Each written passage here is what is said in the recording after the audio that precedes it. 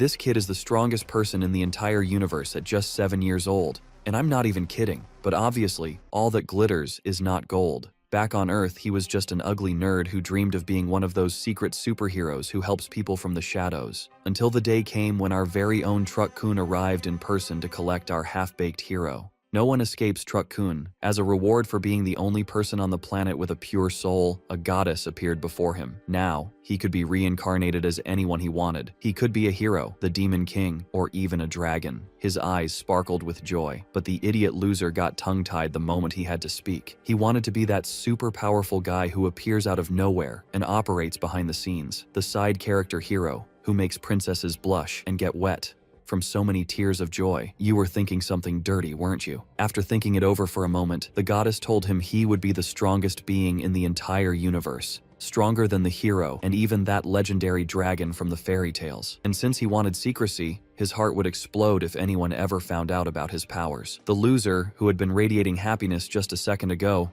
immediately realized there had been a misunderstanding. But the goddess didn't even give him time to talk back.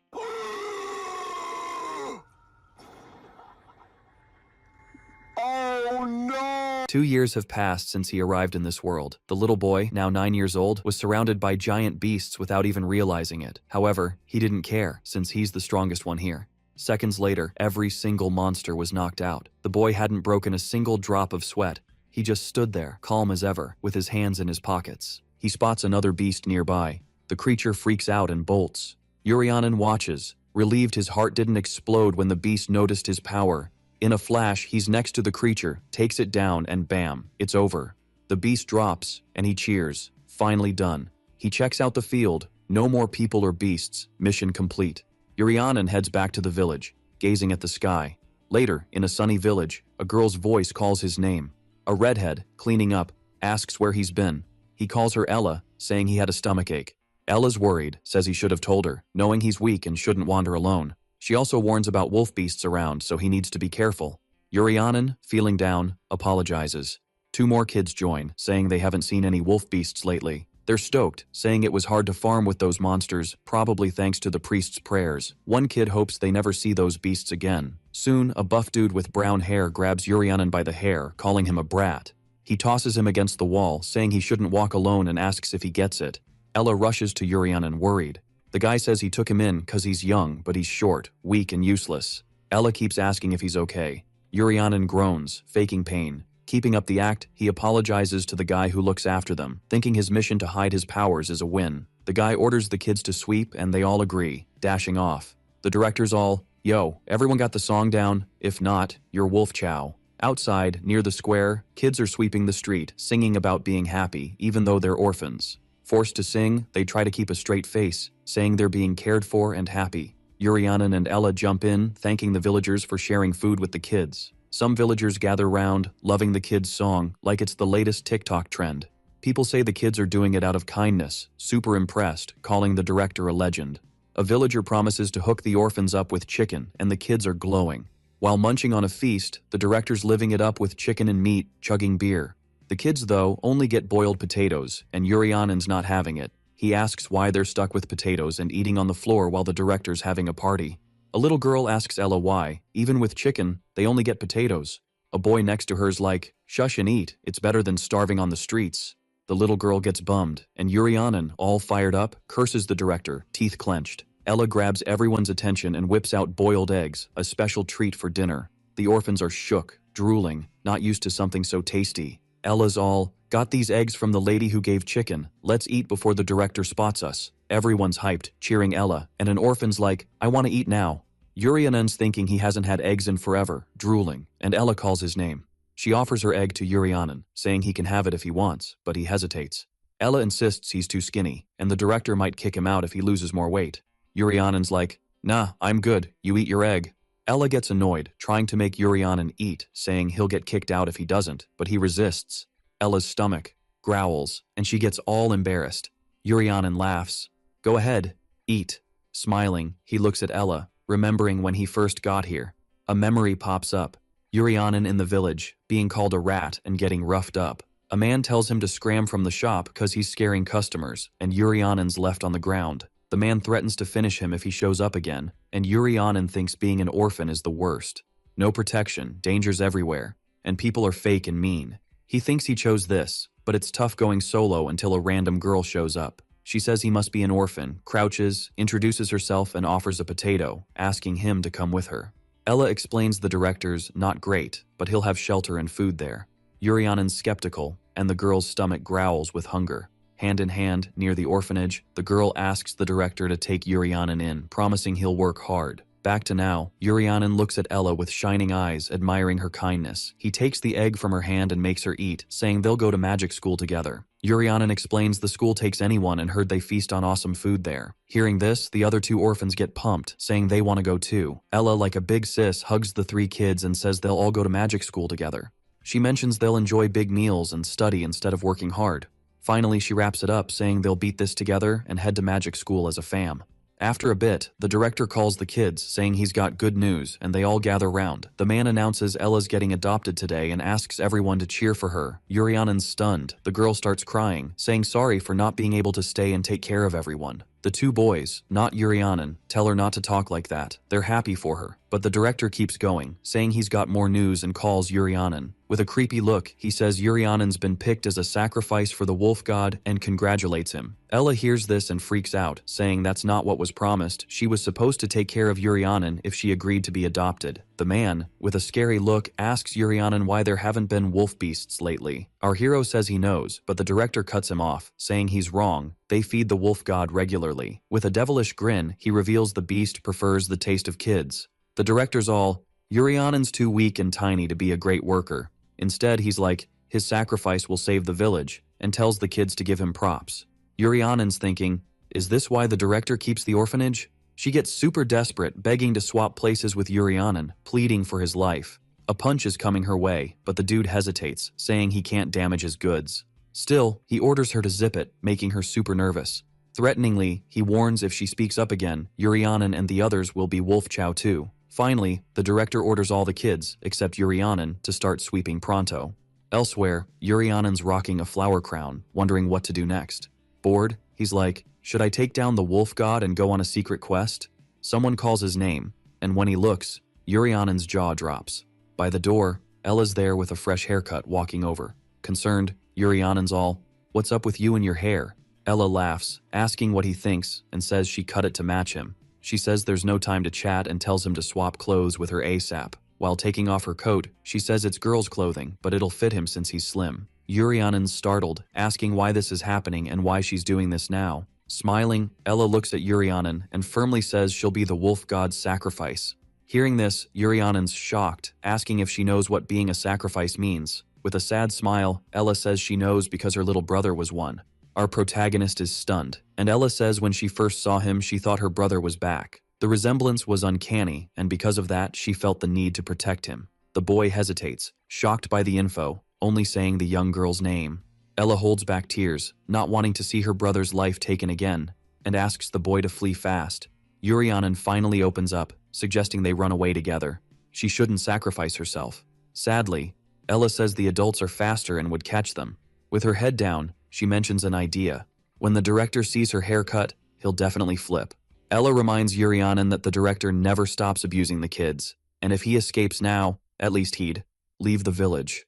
The young girl approaches the boy, removes the flower crown from his head, and asks Yurionin to live for both of them. Ella also mentions the family that would adopt her wasn't great, and she'd rather save him than live there. Irritated, Yurionin thinks these words shouldn't come from a 10-year-old. He's got mad power but can't do anything. Suddenly, the director shows up with a knife, and Ella gets distressed. The man calls the girl and asks about her hair, gripping the knife tight. Scared, Ella tries to explain, while Yurionin eyes the weapon, wondering why. Something happens, and Yurionin gets anxious. The man asks the girl what she did to herself. In despair, Yurionin calls Ella, and power starts forming in his hand. But something happens, and his heart races. A sharp pain hits him. Realizing, he feels his heart ache and denies what's happening, hating himself. He remembers when Hersia said if discovered, his heart would explode. Yurionin sees Ella being choked by the director. She spits blood and groans in pain. The sick man sees the flower crown on her head and says he gets it. She wanted to be sacrificed like her brother. Ella struggles, crying in pain. The lunatic director laughs, saying he has something interesting to share. He reveals he's the wolf god and that he killed her brother. Without remorse, he says he tossed the brother's flesh to the wolves and sold the organs. Smiling, he says the kid was finally worth something dead, an honor for a useless orphan. Still holding Ella, he adds, the brother was a good boy till the end, happy to sacrifice himself. The director finishes laughing, but realizes Ella's not moving. He questions if she's dead. He looks at Yurianin, desperate, watching the scene. Coldly, the man says her sister's dead. He tells Yurianin not to worry, as he'll soon join her. Yurianin remembers the happy times with Ella, an awesome sister, and feels crushed. Desolate, he feels empty and asks the director what he's waiting for. The man, confused, didn't see this coming from the boy and asks what he said. All right, buckle up, because we're diving back into the epic moment when Hersia handed over some serious power to Yurianin. She's all, why you want to be all secretive with your powers, dude? She's thinking warrior or demon king vibes are more his style, wondering if he's just trying to keep it on the down low. Our hero's like, nah, warriors and demon kings should use their powers for humans or demons, you know? Hersia just gives him the silent treatment, staring him down. Fast forward to now, Yurianan's all about saving his peeps, and in a flash he takes out the director like, whoa! With his epic strength, the church's roof goes kaboom, and the sky's like, hello! The director's lifeless body lets Ella go, and she's falling, but Yurianin's got those hero reflexes and catches her. Feeling all the feels, he's like, dang, I was too slow, and says sorry to his sis. But wait, Ella's making noises. She's alive. Plot twist. He grins and uses his magic to heal her up, like, instantly. Green sparkles do their thing, and Ella's all good again. Yurianin's like, thanks big guy upstairs for not letting me mess this up. With the sun shining down on the now roofless church, he's ready to embrace his destiny. He shuts his eyes, no regrets, but, nothing happens. He's all confused, checks out the director's body, and figures that's why he's still kicking. Turns out, if someone dies without unlocking their powers, Yurianin's heart stays intact. He's grateful to the goddess for giving him a new shot at life and saving Ella and his sibs from the psycho director. Fast forward 4 years, Yurianin's squaring off with a demon beast with deer horns. He's eyeing the beast, which is giving him the red-eye stare, and suddenly remembers he forgot his milk, bummed he hasn't grown taller, while the beast charges and he's doing the math on average height for a 13-year-old. Annoyed, he smashes the monster's stomach with a punch. He's looking at the beast's skull, wondering if munching on horns would help him grow, but hey, he's still the strongest around, when someone in the forest calls for Ella, and Yurianin, now older, gets the scoop from Arlen, an old nun, that they're ready for the magic school entrance exam. Arlen, who took them in after the director's demise, checks if they're good to go, and Ella's like, yep, while the sibs wish each other luck. The nun's all smiles, saying there's a reason they're still here, hoping the big guys got their back for the exam. Yurianin's all, magic school's been the dream since the orphanage, trying to keep his cool, thinking about the last 4 years of monster battles. Now, people might throw shade, but he's grinning, cause that's what this fantasy world and magic school are all about, the underestimated hero. He's laughing and shouting, pumped for what's next, while the real magic school, set up by the royal fam, is massive with tons of rooms, where they train talented folks, no matter their status, to protect people from monsters. Today's the big entrance exam day, and this noble kid Chris, with his orange hair, is all, this place is epic, when he spots some peeps, noticing most have blue brooches, noble students like him. But then he's spooked, seeing someone with a red brooch, the royal fam's princess. Nervous, he finds it kind of funny. This year's exam is no joke, super competitive, and Ella's chatting with Yurianin, telling him not to let the nerves get to him. This convo catches Chris's attention, who sees folks with black brooches, while Ella's all hyped, saying she and Yurianin need to play it cool. But Yurianin's like, you're the nervous one. Laughter echoes, and our hero's wondering what's up, seeing the scene he's been waiting for. Chris, the noble, is all, how do low-status folks dream of getting in here? And others with blue brooches mock Yurianin and Ella, asking if they can even read, calling them poor. The teasing goes on, and the nobles are sure they'll be out. Ella's getting stressed, our hero's stoked. Ella's the classic hidden strength character, and she's shaking her head, trying to keep it together, holding back her anger. She turns away, ignoring them, while Yurianin's confused, asking what she's doing, and she tells him to stand strong and ignore the fools. She explains that for these people, social status is everything, and that's just gross. Yurianin's like, hold up, and follows her, thinking this is the moment he's imagined for years, when a dude announces the start of the 29th entrance exam, and the test's gonna be in a battle arena.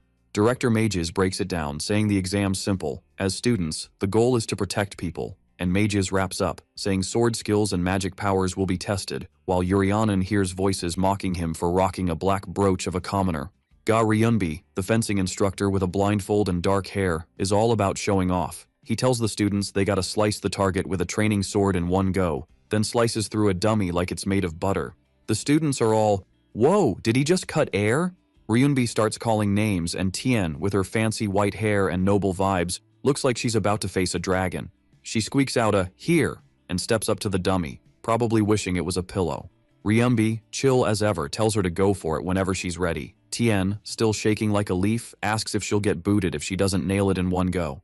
Ryunbi's like, "Nah, we ain't expecting fireworks from you." He adds that she's on the same level as the other kids, so no pressure to be a sword-wielding superhero. Tien gets it kinda, and swings at the dummy, but it's more of a love tap. The teacher sees the scratch and moves on to the next kid. Chris steps up, but his sword only makes it halfway through, and Rishal does the same, like they're cutting through a tough steak. Then it's Ella's turn, the sister of our main dude. Ella's all nerves, but her brother's hyping her up, saying she's got this, and Yurionin's like, "Just cut half, easy peasy." Ella's feeling the love, thanks them, and gets ready to slice. Ryubi gives her the green light to start. Ella grips the sword, ready to show the dummy who's boss. Some noble kids like, "Why are commoners even here?" Classic. Ella flashes back to 4 years ago when she couldn't protect Yurionin, and she's fired up. She swings and bam, the dummy's in 2 pieces. The teacher's jaw drops, and Yurionin's grinning like a proud sibling. The nobles are losing it because she's the first to go full ninja on the dummy, even with a black brooch. Ella's like, "Now I can protect Yurionin, 'cause he's a bit of a noodle." Ruby's silent, knowing the target had an enchanted rod, and cutting it takes serious magic mojo, which Ella did without even trying. Ruby's eyeing Yurionin, thinking Ella's got some serious skills. He calls Yurionin up next. Our main guy steps up, sword in hand, trying to focus like he's in a movie montage. Ruby tells him to start when he's ready, wondering if he's got his sister's magic touch. Yurionin swings, but it's more of a dramatic air swipe. The nobles saw it coming, and even the teacher's like, "Meh." They laugh, saying he couldn't even cut halfway, 'cause you know, commoners and all that. Ruby notes Yurionin's not quite his sister's level and calls the next student. Yurionin's secretly stoked, 'cause he did exactly what he wanted. After the test, all the students line up for the magic test, and Teacher G's running the show. A cute kid's like, "I can't do magic," and the teacher's all smiles, saying it's cool. The wand can make water even if you're not a magic whiz, and she explains they'll go one by one. Chris, full of himself, steps up, bragging he's got this. He grabs the wand and nails a water attack like he's showing off at a pool party. G's impressed, giving him props. Chris is soaking up the praise, and everyone's clapping like he's the next big thing. The teacher tells him to take a seat, and now it's Yurionin's turn. Chris struts back, feeling like a champ. Yurionin raises his hand, ready to roll, saying he's got this. The teacher tells him to grab the wand and step up, but when he picks up Chris's wand, he fumbles it. Chris, with his ego the size of a mountain, can't handle a commoner touching his stuff and tosses it on the ground. He tells Yurionin not to stand up when getting something from a noble, calling him a lowly commoner, leaving Yurionin stunned.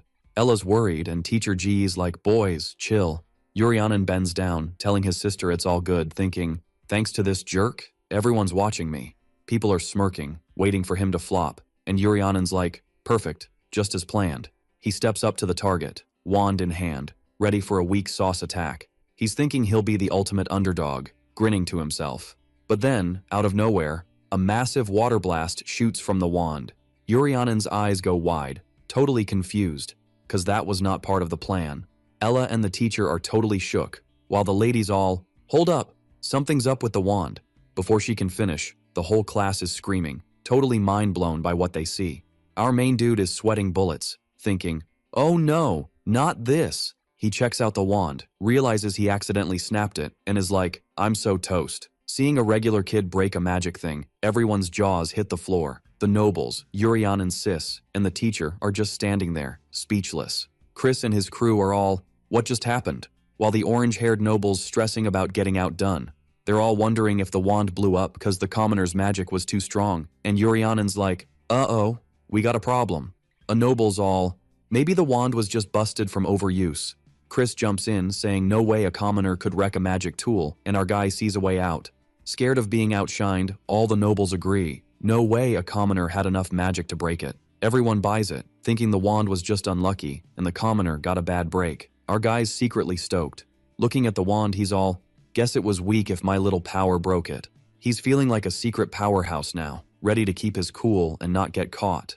Later, the head honcho says the final test is to squat up in threes and hunt a magic bear monster for its tooth. The old dude's all, doesn't matter if you're good with a sword or have tons of magic if you can't face a monster.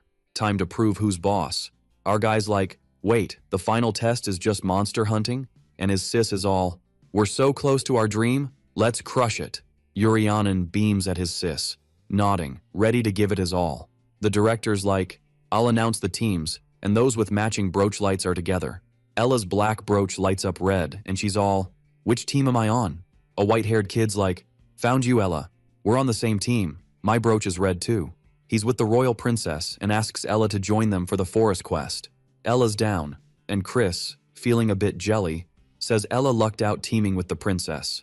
Our guy thinks it's cool cause his sis is with strong peeps, which will help her ace the test. Before heading out, the young girl waves to Yurionin, wishing him luck, and he waves back. After his sis leaves, Yurionin's wondering why he didn't get a light, and some nobles start teasing him. Yurionin's like, being ignored is fine, but wonders if he'll have a team when suddenly, a voice goes, finally found you! A gray-haired dude and a white-haired girl roll up, saying their team has no color. The guy asks if he's Yurionin, while the girl stays quiet, looking shy. The dude, Rishal, says he watched Yurionin during the test and wants them to give it their all. The girl, Tien, introduces herself, but stays shy, and Yurionin's relieved to have a squad. Two nobles with purple brooches spot Yurionin's team and laugh, saying the black and green brooches are together. They joke it's Rishal's fourth try and call him talentless, typical suburban commoner stuff.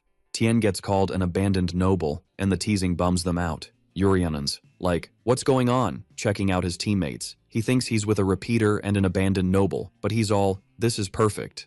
Grinning, he says they'll pass, and Rishal and Tien, impressed, smile back. Rishal's all, Yurionin's so chill and confident, even with nobles around he should totally get into the school. Yurionin, a bit lost, nods. Tien, nervous, asks if they can pass with all these challenges, saying she bombed the magic and sword tests and isn't feeling it. Yurionin remembers the tests were for school entry. He recalls using the sword and wand, getting all nervous and freaked out. Yurionin remembers Ella's pep talk about doing their best for a better life. In a mini panic, he worries about letting his sis down. Rishal, all confident, says they still have a shot. He explains that, though not proud, he's got experience from taking the test 4 times. He knows even if you flunk the first 2, you can still pass. The hunting test scores big, and if they team up, they can totally pass just by nailing the final test.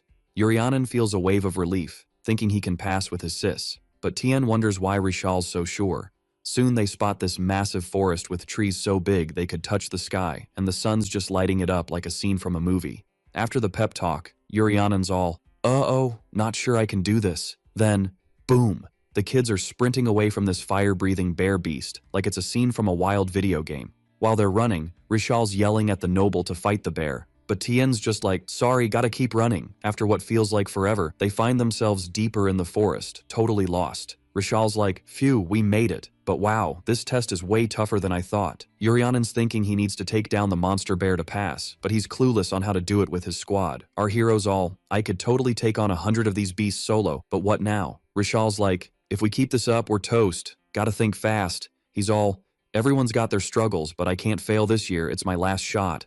They hatch a plan to just snag the beast's molar, leaving the other 2 scratching their heads. Rishal spills the tea, saying the test's about hunting a monster bear and grabbing its molars, but since they're not exactly strong, they'll just take the teeth. Yurionin's puzzled, but Rishal's like, trust me, I got this. From a distance, Rishal points out that the monster's always showing off its teeth. He says if Yurionin and Tien follow his lead, they can snag the molars without even taking down a beast, and they're stoked. Rishal's like, lucky us. Bears are the easiest in these tests, and grabs a bag, telling Tien to pour some liquid on herself. Tien's confused, but Rishal explains it's deer blood, cause bears have a super sniffer and it'll distract them. Tien's nervous, trying to say she's not great at running, but Rishal's like, no worries, I figured. With a serious look, he says the bears will ignore him and Yurionin, attacking when the beast's munching on Tien, making her even more nervous. The plan's to grab the tooth while Tien's in trouble, but Yurionin's not having it, grabbing Rishal's wrist to stop him. He asks if Rishal really wants Tien to die for nothing. Rishal keeps his cool, asking what's the big deal, and if Yurionin doesn't want to go to school with his sis, saying sacrifices are part of the game, frees his hand, and goes back to opening the bottle. he challenges Yurionin to come up with a better plan, saying he'd never pull it off. Rishal adds he can't do it because he's from a lower class and is set on his harsh plan, saying unlike nobles, commoners aren't born with mana, so they gotta stick together. Rishal's like, it'd be a win if we pass, even if it means sacrificing a noble, because they wouldn't care about her anyway, and says they could use her however they want. Tien, for some reason, almost tears up, remembering something when she hears this. A memory hits Tien of her mom saying she heard Tien flunked the test again. Her mom's all, Ricky's big bro was awesome, and starts doubting if they're even related, making Tien feel all sad and down. Her mom adds she's the family's embarrassment. Tien's ready to accept her fate, but Yurionin's like, even if you're ignored, you'll have your moment to shine, and tells Rishal not to judge someone's worth so easily. The noble's surprised to hear this. Rishal, seeing his buddy won't go along with the plan, throws deer blood on the two boys with a cold, mean look, saying Yurionin should die too. The bear catches a whiff and starts moving, the beast spitting fire and, with a mouthful of teeth, charges at Yurionin and Tien, ready to take them down. Tien's freaking out, clueless on what to do, but Yurionin just stands there, grinning, seeing his chance. Scared for her life, Tien screams, trying to think of a way out, and spots something. Watching Yurionin, she thinks he's weak, and they're doomed if they keep this up. Determined, Tien grabs her wand, with a fierce look, ready to face the monster solo. The creature roars, scaring Tien for a sec, but she remembers her mom's words and clenches her teeth in anger. As the bear attacks, Tien uses wind magic to defend herself. Powering up, she shouts she's a noble too. With her mana, she creates the wind blade, forming magical daggers all around. Staring down the bear with pure rage, she goes for the attack. But it's like, no biggie for the bear, just stands there, eyeballing them. Tien's freaking out, but Yurionin's all chill, saying the monster's got some serious armor. Tien's brain is like, get Yurionin out of here ASAP. The boy's clueless, but then he spots this whirlwind forming on the side.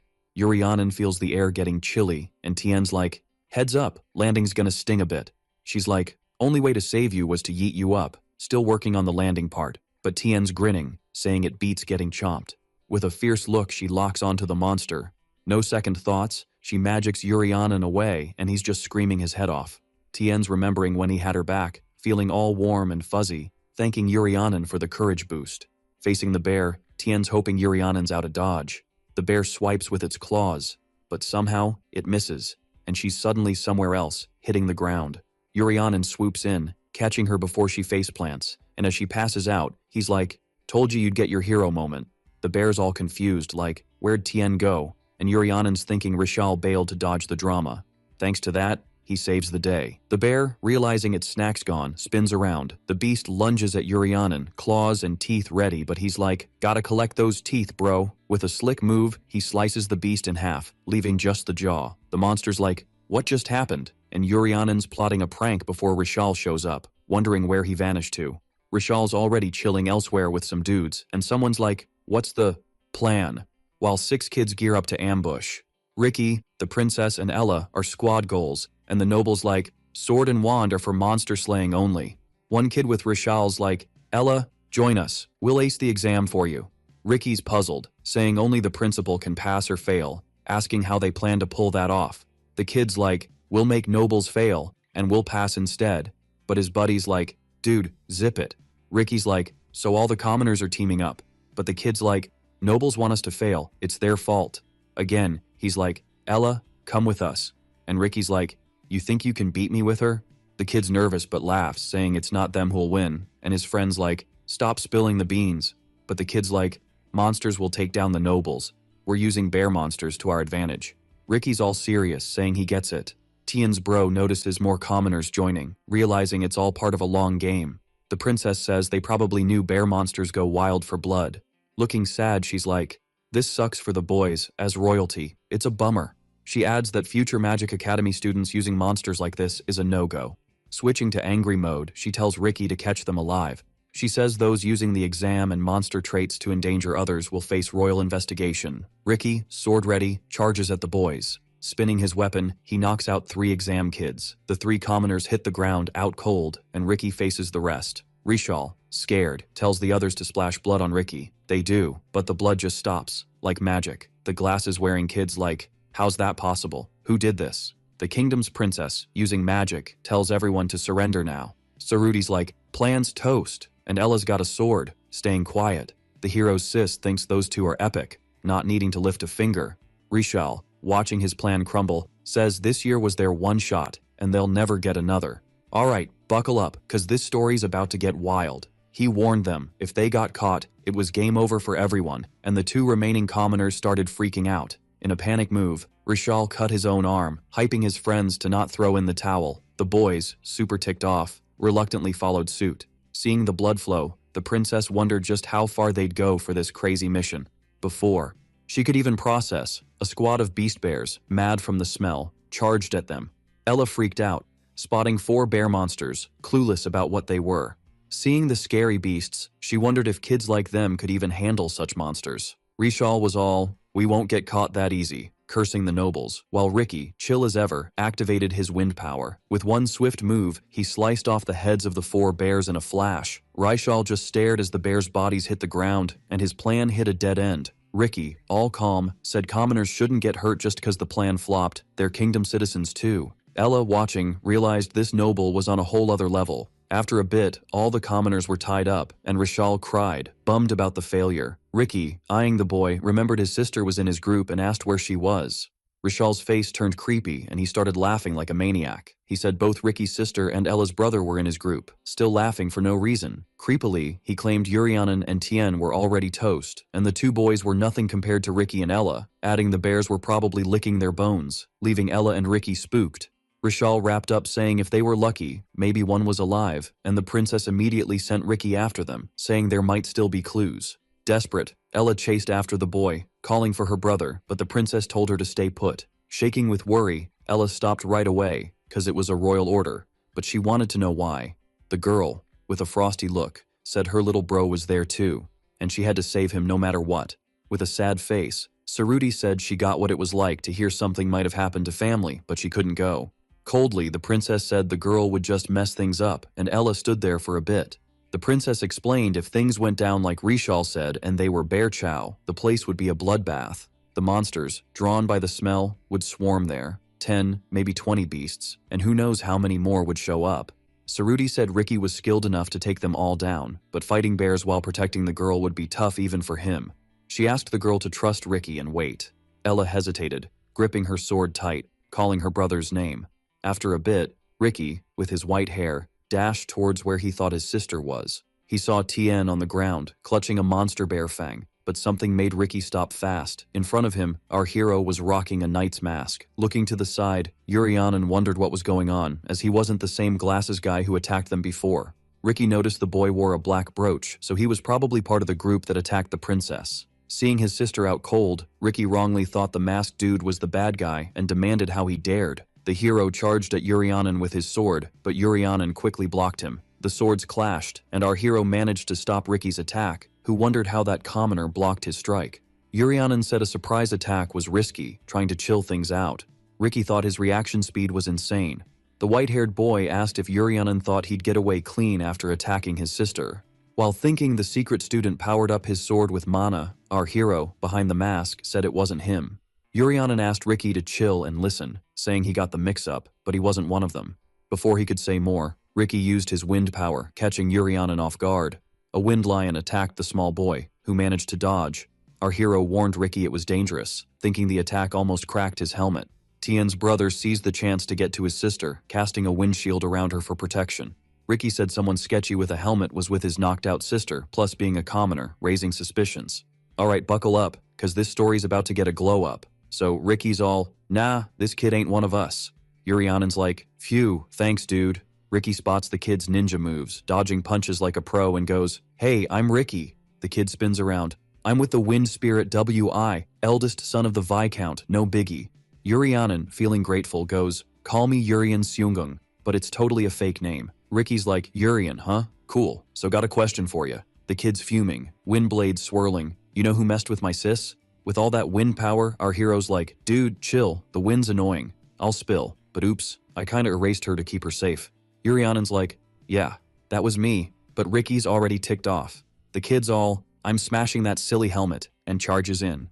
Our hero's thinking, clearing up messes is tough, sighs, and rolls with it. He remembers needing bear molars for the test, grips his sword, ready to rumble. Yurianan tells Ricky, we'll chat later, and bounces out of there. Tien's bro's like, whoa, this guy's speedy.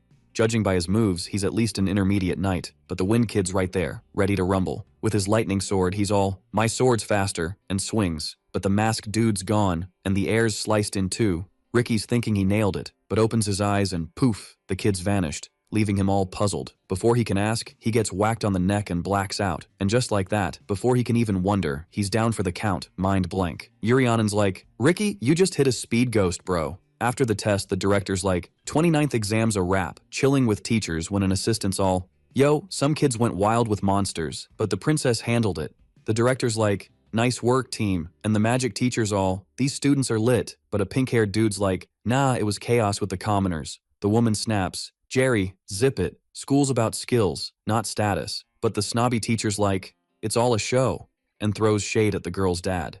GE's fuming, "Shut it. Don't drag my dad into this." While the director's yelling, making the assistant's ears ring, "Spill the rest." The assistant's like, 29 passed, here's the top 10, and everyone checks the list.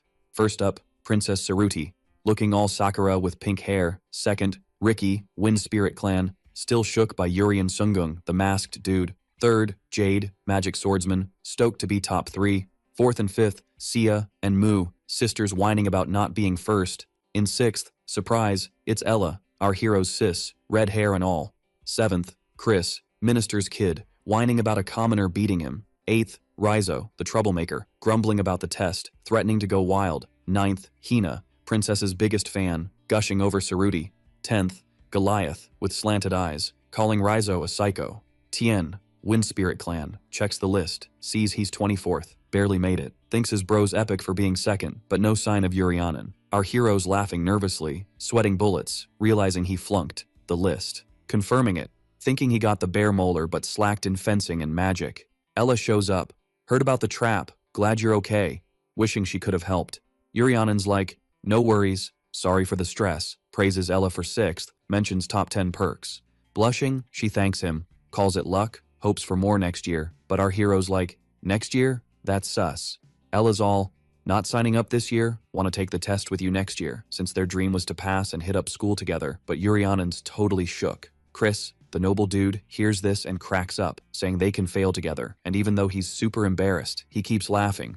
But Yurianen and Ella just ghost him, while Yurianen's thinking if he should give him a knuckle sandwich. Professor G's getting all heated, saying the results are whack and she can't deal, but the director's like, "Nah, this is what we expected," and his assistant's nodding along. G's all, not talking about the top 10, but how Yurianen didn't make the cut, while the director's assistant's like, "Yurianen's Ella's bro," and even with the molars, seems he didn't do it solo. Ryunbi's throwing shade, saying Yurianen's fencing is meh compared to his sis, but G's like, "Nah, Yurianen's got mad skills they haven't even seen yet." The annoying kid keeps roasting our main dude. He's doing this totally clueless about what's about to go down. Cause our guy's patience is on thin ice and he's thinking about giving this dude a free nose job.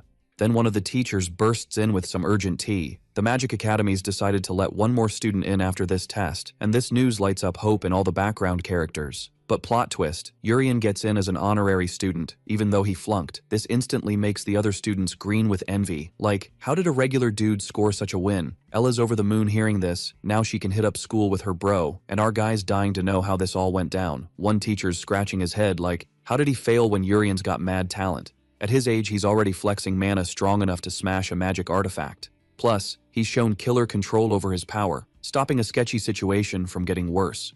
Not letting someone like him in is a major L for the whole kingdom. The red-haired teachers all, when the bear showed up, this kid would have been toast if not. For Tien, saying he still needs combat XP. But the teacher's like, that makes no sense. He'll get that XP at the academy, thinking Urien could be one of the top students. But this red-haired teacher's a total tool, getting salty about humble folks getting into the academy. And this dumb rant just fires up the teacher's rage, saying a teacher shouldn't be judging students by their background. As they're bickering, the old dude tells them to zip it, saying the academy's all about potential, not where you're from. He also trusts Professor Z's judgment, who's a big deal hero in the kingdom. If she thinks so, it's a sign this kid's talent shouldn't go to waste. Using his rector powers, he lets Urien in as an honorary student of the Magic Academy.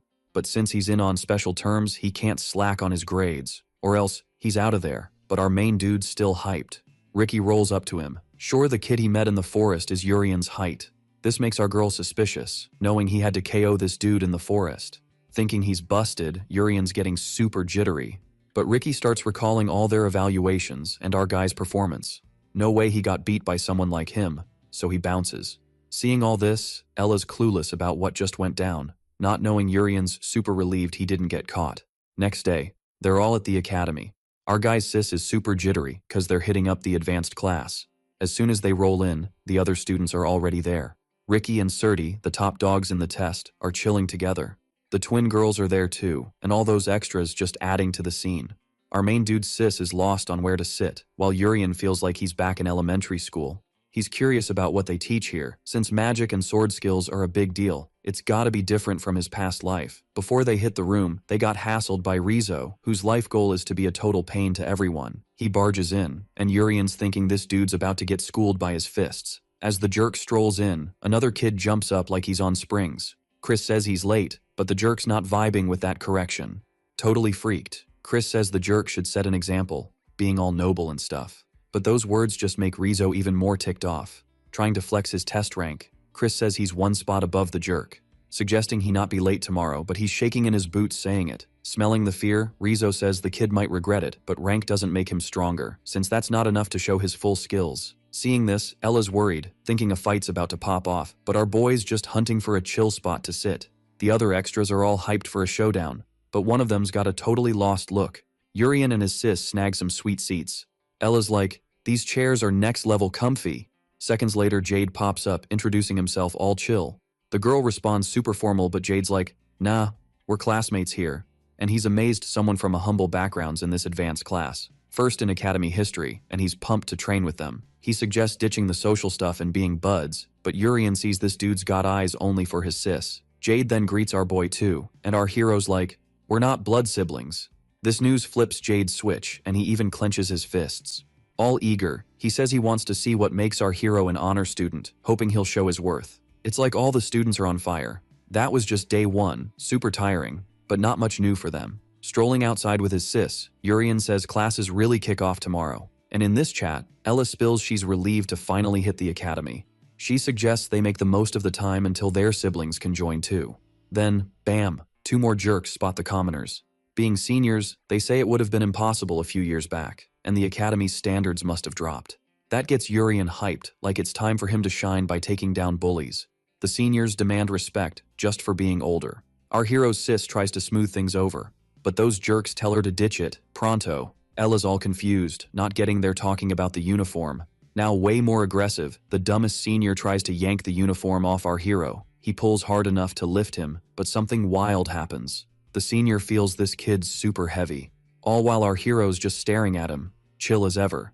Before things get worse for this extra, Jade spots it. He rushes over, saying the academy doesn't judge by social status. Our hero's sis is worried, not knowing Urian's having a blast. Jade, now speeding up, orders them to put the boy down, as that's against academy rules. One jerk's feeling embarrassed, while the one who tried to lift our boy's fuming. He decides to smack Ella with the back of his hand, saying seniors deserve respect, no matter what. Jade's watching, totally shocked, while our hero's surprised too. Time to dish out some justice to this extra. In the rector's office sits Haiwan, a retired fighter. The rector's thanking her for leading this year's advanced class, but she sounds like there was no other choice. Hearing this, the rector says she should be more pumped, cause this year's class is a big deal. It'll make academy history. Haiwan asks if he's talking about those siblings. Despite the nobles' positions, the rector let them in anyway. The teacher gets why the girl, even though she's just a regular kid, is getting props for her sword skills. If she was born into a fancy family, she'd be set for life in the kingdom. But she can't feel the same way about Urian. Professor Z says he's got mad talent, but he hasn't shown much yet. Still, he got in as an honor student here. Maybe that's why the head honcho thinks this class is a big deal. Seeing Hwon's curious face, the head honcho asked if she thinks the academy's doing its job. This place is supposed to be for talented kids without fancy backgrounds, but it's turning into a playground for rich kids. The teacher, who's seen some action on the battlefield, agrees, but she doesn't get all the hype, even though she trusts the dean. While they chat, she asked him to peek outside, through the window. Since the dean's hope is having serious problems, he jumped up to fix it. But the teacher said to chill for a sec, to see what goes down. She also wants to see the talent the dean saw in that kid. Then, out of nowhere, some jerk smacked Ella in the face. Jade and our main dude were totally shocked. While Urian rushed to help his sis, the young noble was ready to throw hands, promising to make those kids pay for what happened. But those extras are super cocky, thinking they've got the upper hand, and they didn't feel scared. However, the biggest one is freaked out, Cause he can't figure out how our main dude slipped from his grip. He didn't loosen his hold for a second. Our main dude can see the mana swirling in that jerk's hand before he smacked his sister's face.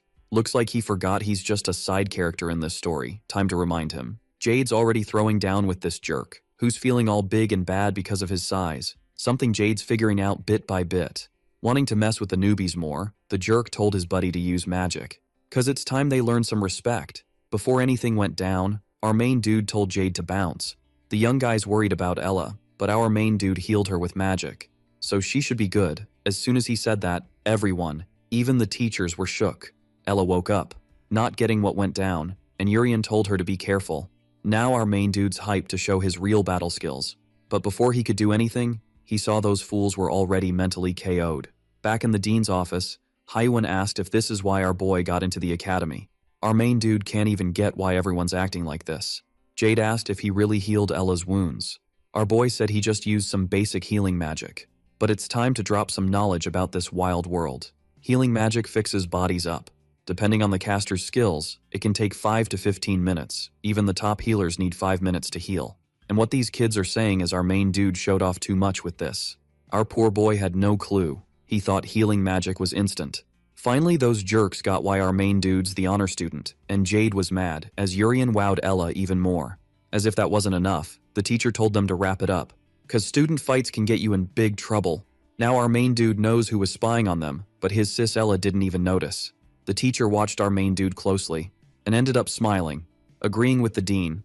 She let the students go, saying next time they'd be in trouble. The jerk's thankful for this, but promised he'd get revenge. Keeping up with the day's vibe, Urian's stoked they have their own rooms. Seeing his sister's room is super cool, but while he's happy, his sister's bummed. She didn't think Urian had such epic skills. Instant healing isn't a thing in this world. Urian tries to play it cool, saying it's no big deal. The girl realized that after graduation, Urian would move on to even cooler places, and this might pull them apart. This thought also makes our main dude a bit worried. Getting all pumped, Ella said she won't be left behind. Cause her job is to stick by his side and protect him. She's also in the advanced class. So it's up to them to give it their all while they're here. Alright, so the first class kicks off, and the teacher's all, "Hey, I'm Hyuan, your guide for this year." Hyuan's got a rep. Some extras whisper she's a retired warrior. Our main dude's like, "Whoa, she's a warrior?" After spotting her the day before. The teacher's sure they're loving their private rooms. A sweet perk for the advanced class. Regular students, they get the basic stuff. But these guys, they're munching on the best grub, using top gear, all cause they're the cream of the crop. They gotta keep it up till graduation, earning mad respect from everyone. But there's a catch, a demotion system's in play. If grades tank, they're booted to the regular class, and she drops a bomb about last year. No one graduated from this advanced class, and she's curious who'll make it this year. Our hero's fired up, ready to crush it. The teacher grabs the chalk, starts scribbling the first lesson. It's deja vu for our guy. He's feeling pumped for a killer start. This advanced class, it's a whole different ballgame, all about being the best, so class size changes. Thanks to this, they get those sweet perks. Graduation means a golden ticket to success, but mess up and it's bye-bye prestige. Can our hero keep his A game? The teacher kicks off the lesson. Our boy's grinning a bit. Some classmates, totally mind blown. The teacher's showing them some basic math. One kid's like, "Why math at a magic school?" The teacher's curious about his magic goals. He's all, "Want to be as strong as you and help the kingdom." She's impressed. But to get strong, magic's not the key. It's all about world knowledge. Use knowledge like a tool, and boom, personal skills level up. She conjures a tiny flame asking how to make it bigger. The kid's like, "Just add more mana." She makes the flame huge, saying he's spot on. More mana equals stronger magic. But what if mana's gone? She asks the girl with funky hair. Nervous, she stutters, "Ask another mage?" Nope, wrong. Hyuan's got another trick, no mana needed. She whips up some wind in her hand, combines it with the flame. The fire roars bigger. Our boy, with his past life smarts, gets the combustion basics. The teacher's like, "That's knowledge, don't just focus on mana." Now time for a super easy test. Everyone's scribbling away. Tests on. Time's up, teacher's checking answers. 3 nailed it, extras crossing fingers. First perfect score, Surti. Second, shocker, it's Rizzo. The snobby noble's jaw drops, thinking Rizzo's just a show-off. Rizzo's all, "Can't believe that guy didn't ace it." For someone who's early and aced the test, he's a flop. Class rankings update monthly. Rizzo's chill about it. But he tells the noble to step up. He's lagging. Finally, the last name's announced. No shocker, it's our boy. Everyone's buzzing, even his sister's like, whoa. Urian's trying not to crack up. He's a survivor of the hardcore Korean school system from his past life. Multiplication, child's play for him. Time for our hero to shine, he's the school's top talent. One extra's like, whoa, impressive. Jade's not backing down. Teacher's like, that was easy, now for the prize. She uses magic, sending little emblems to the students. They gotta slap this on their clothes to show they're in the advanced squad. And with this badge, they can access all the cool stuff on campus, like the VIP meals just for their class. This news got our main dude super hyped. His sis is also blown away by how tasty the food is. Now they've got all the reasons to stick in this class forever. While they're munching on the meat like they're from another planet, they promise to keep their grades up. After everyone's stuffed, it's time to teach them how to hunt beasts. Unlike the morning test, this lesson affects their grades, and messing up could mean getting kicked out. Knowing this, Ella swore she'd snag first place.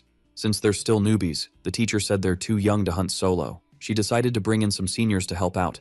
Among them are those bullies who bugged our main dude. The teacher said teamwork's key for this task, and our guy knew things would get tricky. The seniors realized if they didn't play nice, it would mess up the freshmen's grades, so they told them to behave if they wanted any help. Jade's super nervous and suggested to Ella and Urian to team up with the seniors for now, cause he needs to stay in the advanced class. But that's a fact of life for all of them. Even so, our main dude doubts those two will play nice, even if they pretend to.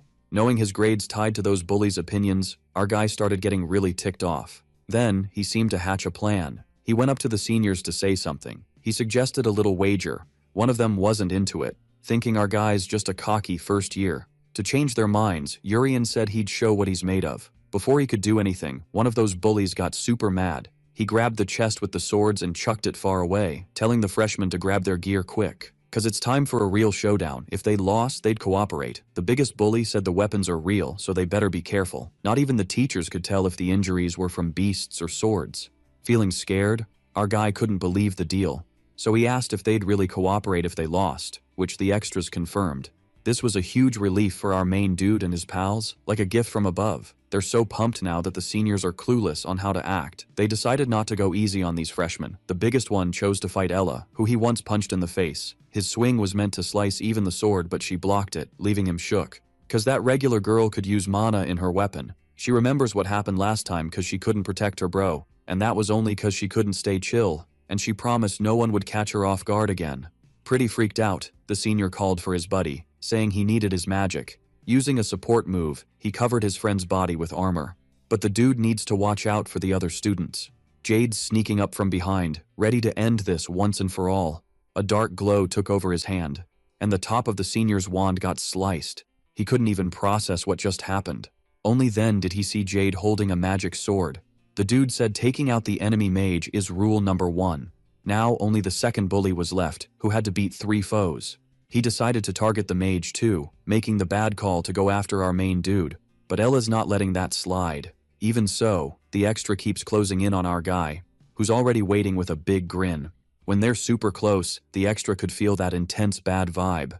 That made him freeze in his tracks, until Ella's scream echoed everywhere. A huge beast is sneaking up on our guy from behind. Its claws are about to tear into him. The creature did hit something, drawing blood, but it wasn't from our main dude.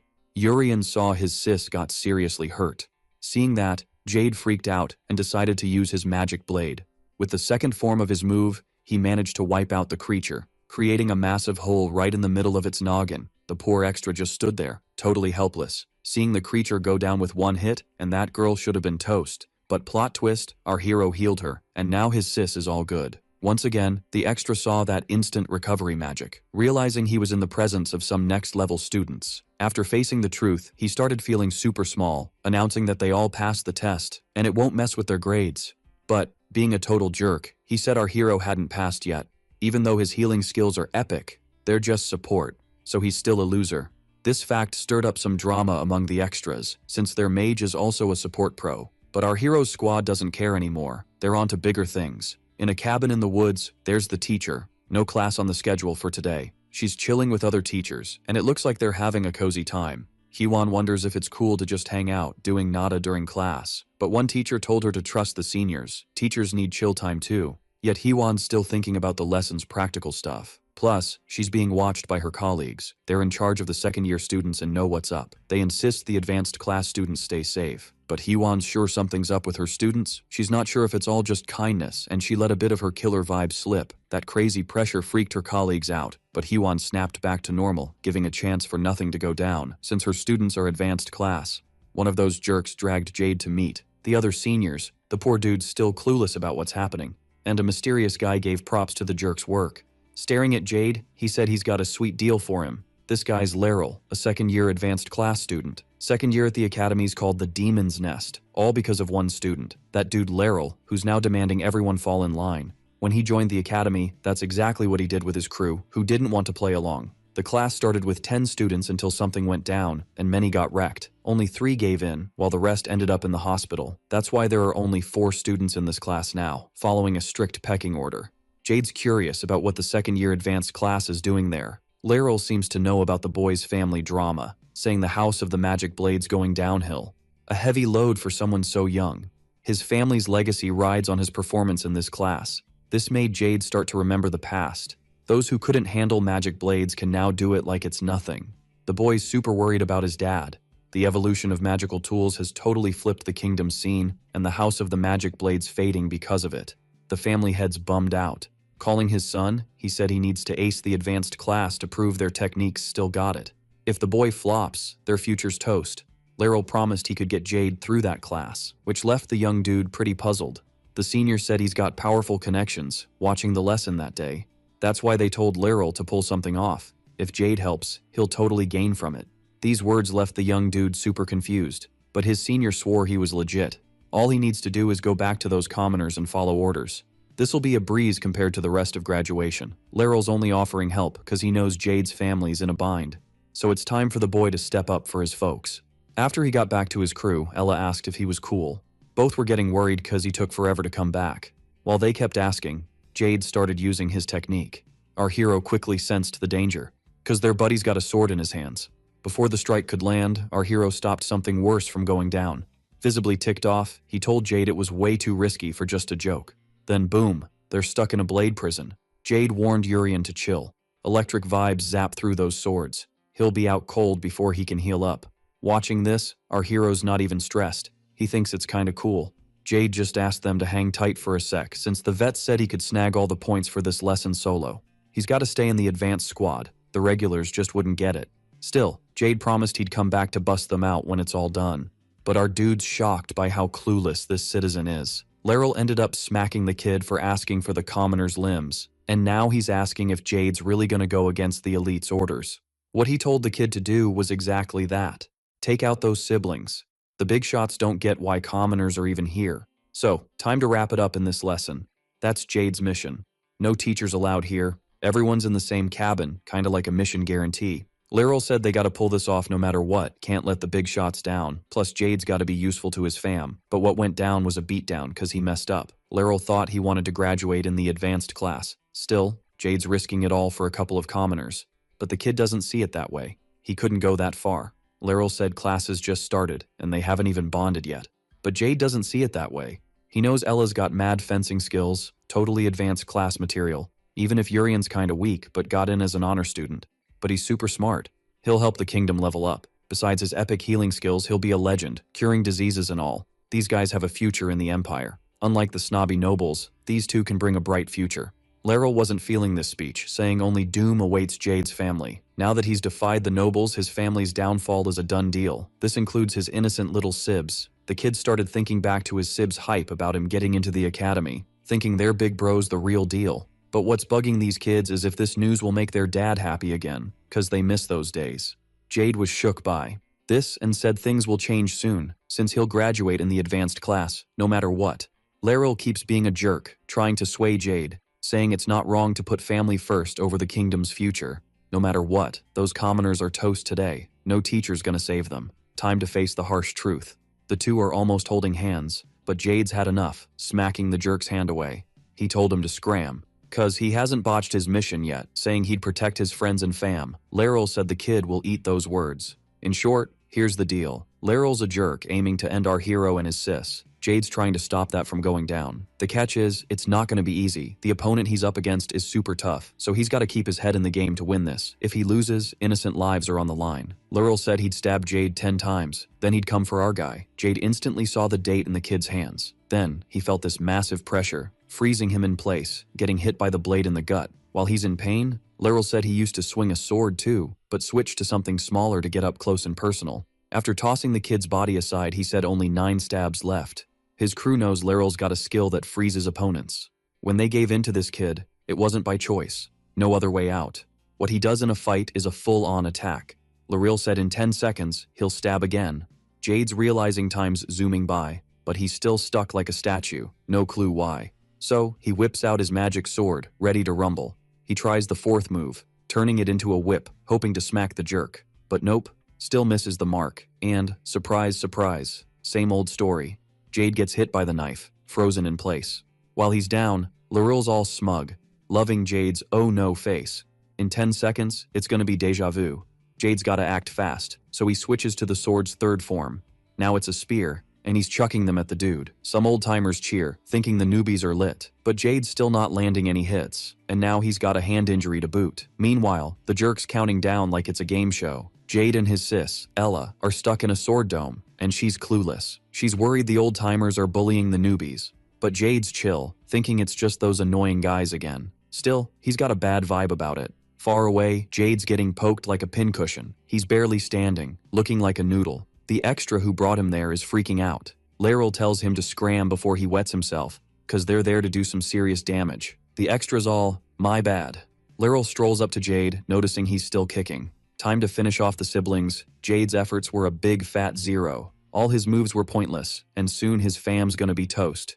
Seriously, what a jerk, can't stop yapping nonsense. Trying to mess with Jade's head, saying it's all pointless.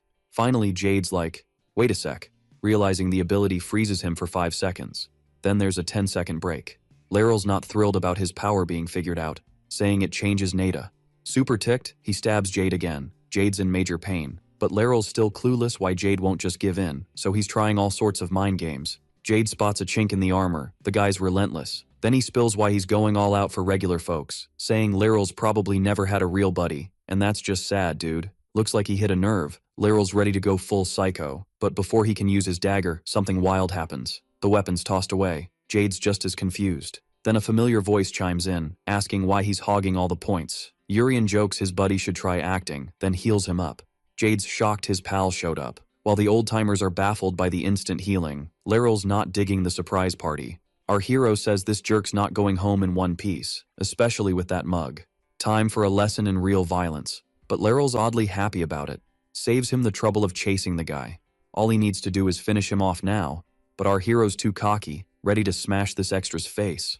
Before the showdown, Jade calls his magic blade, using the 2nd move, creating a wild spiral. Laurel's not thrilled seeing Jade back in action, realizing he's healed up fast. Jade's curious why his buddy's here, but our hero knows his friend should know when to bail from danger, even though he was hurt bad. Urian's unsure if his buddy's really okay, but Jade assures him the healing's top-notch and Ella's safe.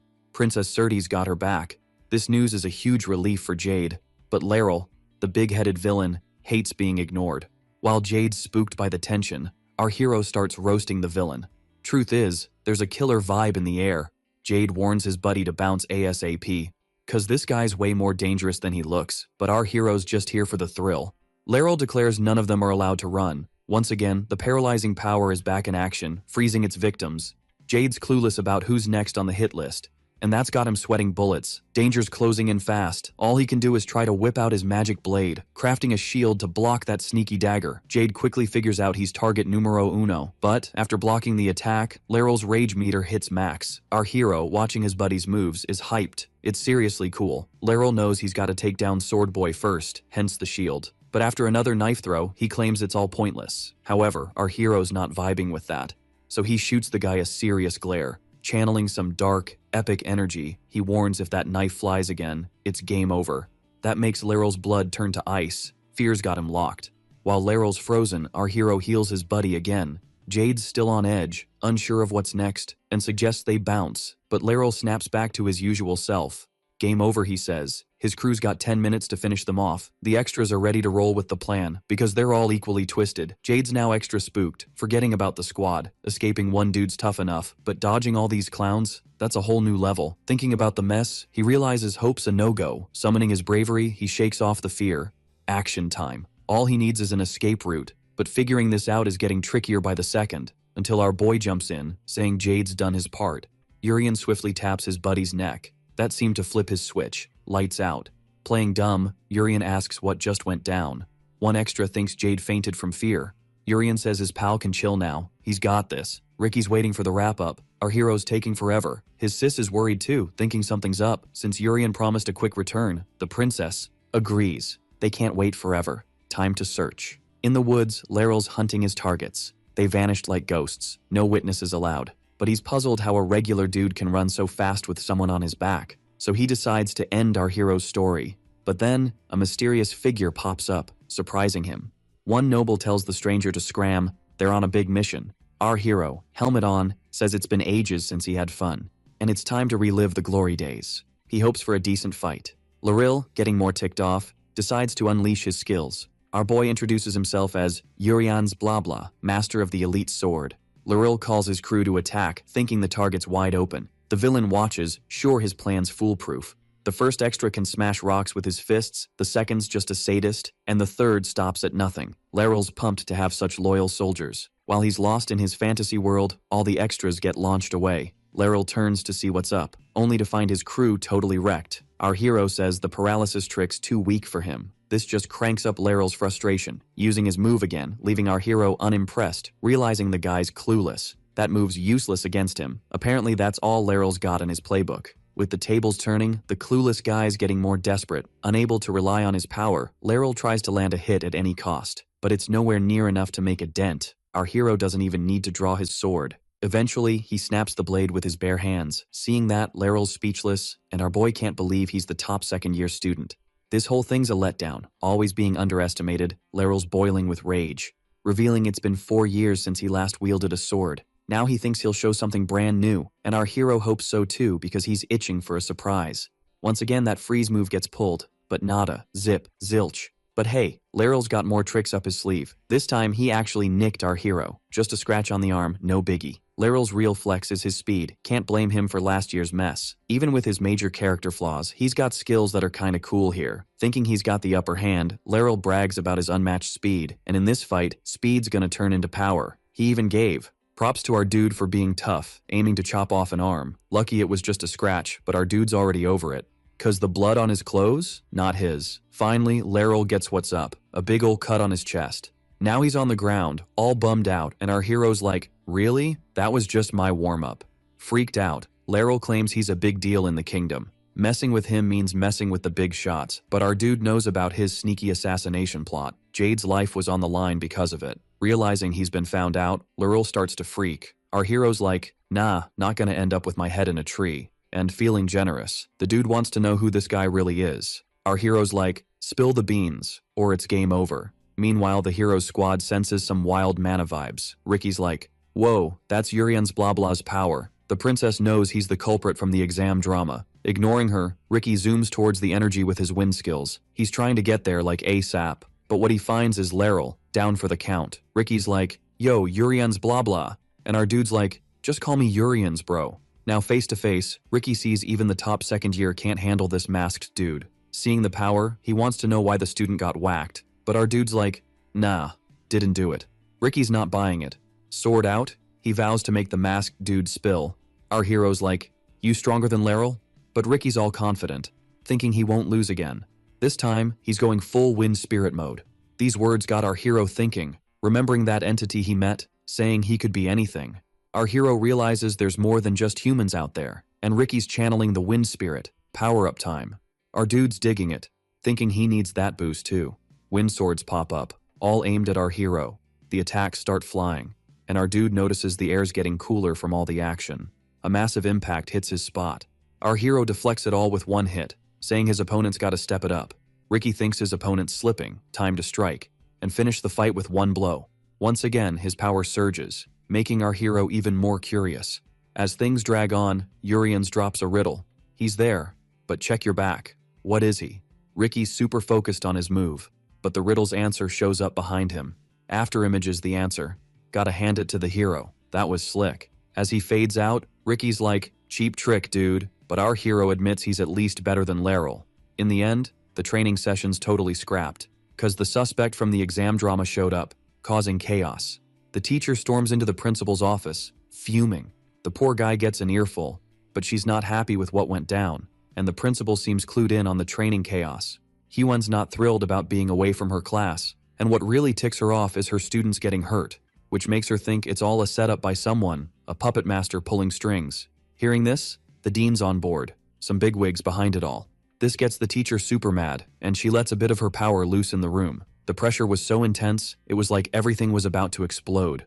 Hyun's crossing fingers that the return isn't mixed up in this mess, or things are gonna get wild, and he mentions she's not the only one feeling ticked off by it. The dean's super bummed about what went down with his students. He's swearing up and down he's not in on anything, but maybe the other teachers are, so he's grilling everyone. Thinking he'll crack the case soon, Hyun's all about checking out the second-year classes that messed with her students. Right now, they're needing some serious TLC after getting wrecked by Urian's blah blah. Now, the teacher's got this wild theory that Walter Annie from our crew might be an Empire spy. The dean's not saying anything yet, but he's all about figuring out who this person really is. Cause this dude's a big threat and might be plotting his next move. Little do they know, this dangerous guy's just stuffing his face with food. Urian's totally obsessed with the food here, eating till he's about to pop. No worries about getting demoted, with so many hurt in the last test. Nothing crazy's gonna happen soon. The snobby noble's not a fan of how our hero eats, while the moody one's saying talking with your mouth full is a no-go. And by hanging out so much, the snobby one's slowly getting over his fear of his buddy, who joked about booking him a hospital visit if he keeps it up. Other extras are buzzing about what went down in the test, and are shook by our hero's epic healing skills. Those sketchy twins are trying to get closer to the dude, but not the main dude. It's the one who just joined his crew. Jade's all good, and just rolled into the cafeteria. He blacked out for a bit, but he's totally fine now. Before he got there, Ella mentioned she heard about his epic move to save them, and she's hoping he won't pull a stunt like that again, but learn to ask for backup too. Cause they're tight now. Jade's hyped about this friendship while our hero's still munching away. He even joked to Jade that his sister's got more of a thing for him than that other dude. With that mission done, all the first years nailed it. Everyone's chillin' now that they all passed. Until the next test rolls around, it's our guy's turn. If he bombs it, he's out. A consequence he knows all too well. The dean said he got in as an honor student, and bad grades are a no-go. Still, he's sure the guy's gonna ace it, and now he's breaking down how it all works. It's time for the magic tests, where they gotta hunt some wild beasts. They're all heading into the forest of resilience, and snagging 20 points means they pass. The emo kid thinks this is a total waste of time and energy. The dean heard that and is gonna clap back at Rizzo. The forest beasts are split into 5 classes. Tigers, wolves, and bears are level 1. Weapon-shaped creatures are level 2. Natural disaster ones are level 3. There's also disease-shaped ones, which are level 4. And the only level 5 creature on the planet, time. Some students might already know these spheres pack a punch. The higher the level, the scarier they are. And even though it's tricky to explain how deadly they are to humans, these spheres are humanity's forever foes. Rizzo's curious about how to score the 20 points. The dean said that's a killer question. Level 1's worth just 2 points, level 2 jumps to 5, and so on, like a math problem. And all they gotta do is rack up 20 points. The students have 5 days to wrap it up, and they'll be judged solo. They gotta prove they belong here. Our hero's wondering how he'll beat those beasts without showing off his powers. Meanwhile, those odd twins want to know more about the level 3 creatures. The dean noticed this is the 3rd time a first year's asked about this. These creatures are worth 20 points, but if you run into one, better hightail it out of there. Apparently it doesn't go up like a math problem. The dean was just too lazy to explain. A teacher there said level 3 creatures can't be taken down by students alone, so he and Professor Z will be there to keep things safe. Hyun's sure this time, there won't be any outside drama, cause she's gonna personally keep an eye on this test, guiding her students to focus just on the task, and all this is making our main dude super jittery. He's gotta pass and keep his secrets, which is no easy feat. Our guy thinks the test will be a breeze, but loads of people are gonna be watching the students. And among them, Professor Hyun is really stressing him out.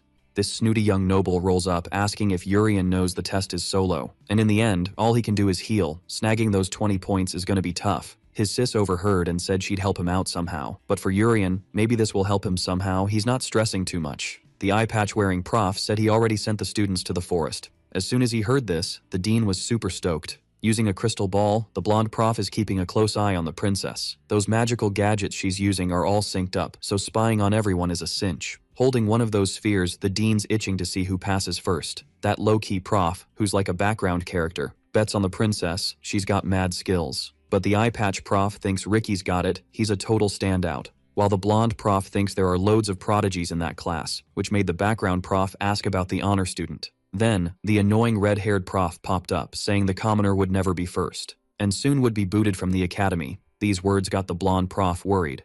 Hwan, not buying it, said they need to keep a close watch on what unfolds. She said this while eyeing our main dude. Looking up, Urian spots the magical eye on him. This is a real pickle. He's got to score without blowing his cover. For this, he needs to figure out the power level in this world, since, without knowing, his healing skills are just insane. Thinking about this, the boy started to ponder. Without noticing a giant rat creeping up behind him, Urian found the creature's presence super gross, and the rat started growling at him, totally ticked off. But that didn't faze the boy, who's still being filmed. He quickly grabbed his wand, zapping a spell at the creature. The blonde prof was thrilled, sure that water shot was epic. Even the annoying supremacist prof had to admit the boy's got skills. Never seen anyone wield wands he made so well. The eye patch prof is blown away by the mana, but that's not all. That attack was weak, the rat's still kicking. But for our boy, this is getting fun. That show of power didn't have any side effects. The first few times he showed this, he felt a sharp pain in his heart. But this happens when he tries to use way more power, unlike now, so he can amp up his attack while it's not deadly. Now, knowing this, he realized he's getting surrounded by rats, and our boy is pumped to find out his heart's limit. That's when he spotted an even scarier creature behind the rats. This beast looks like a sword. It makes a swift move, chopping off a rat's head. Its cuts are now heading for Urian. That attack hit the ground hard, kicking up a huge dust cloud.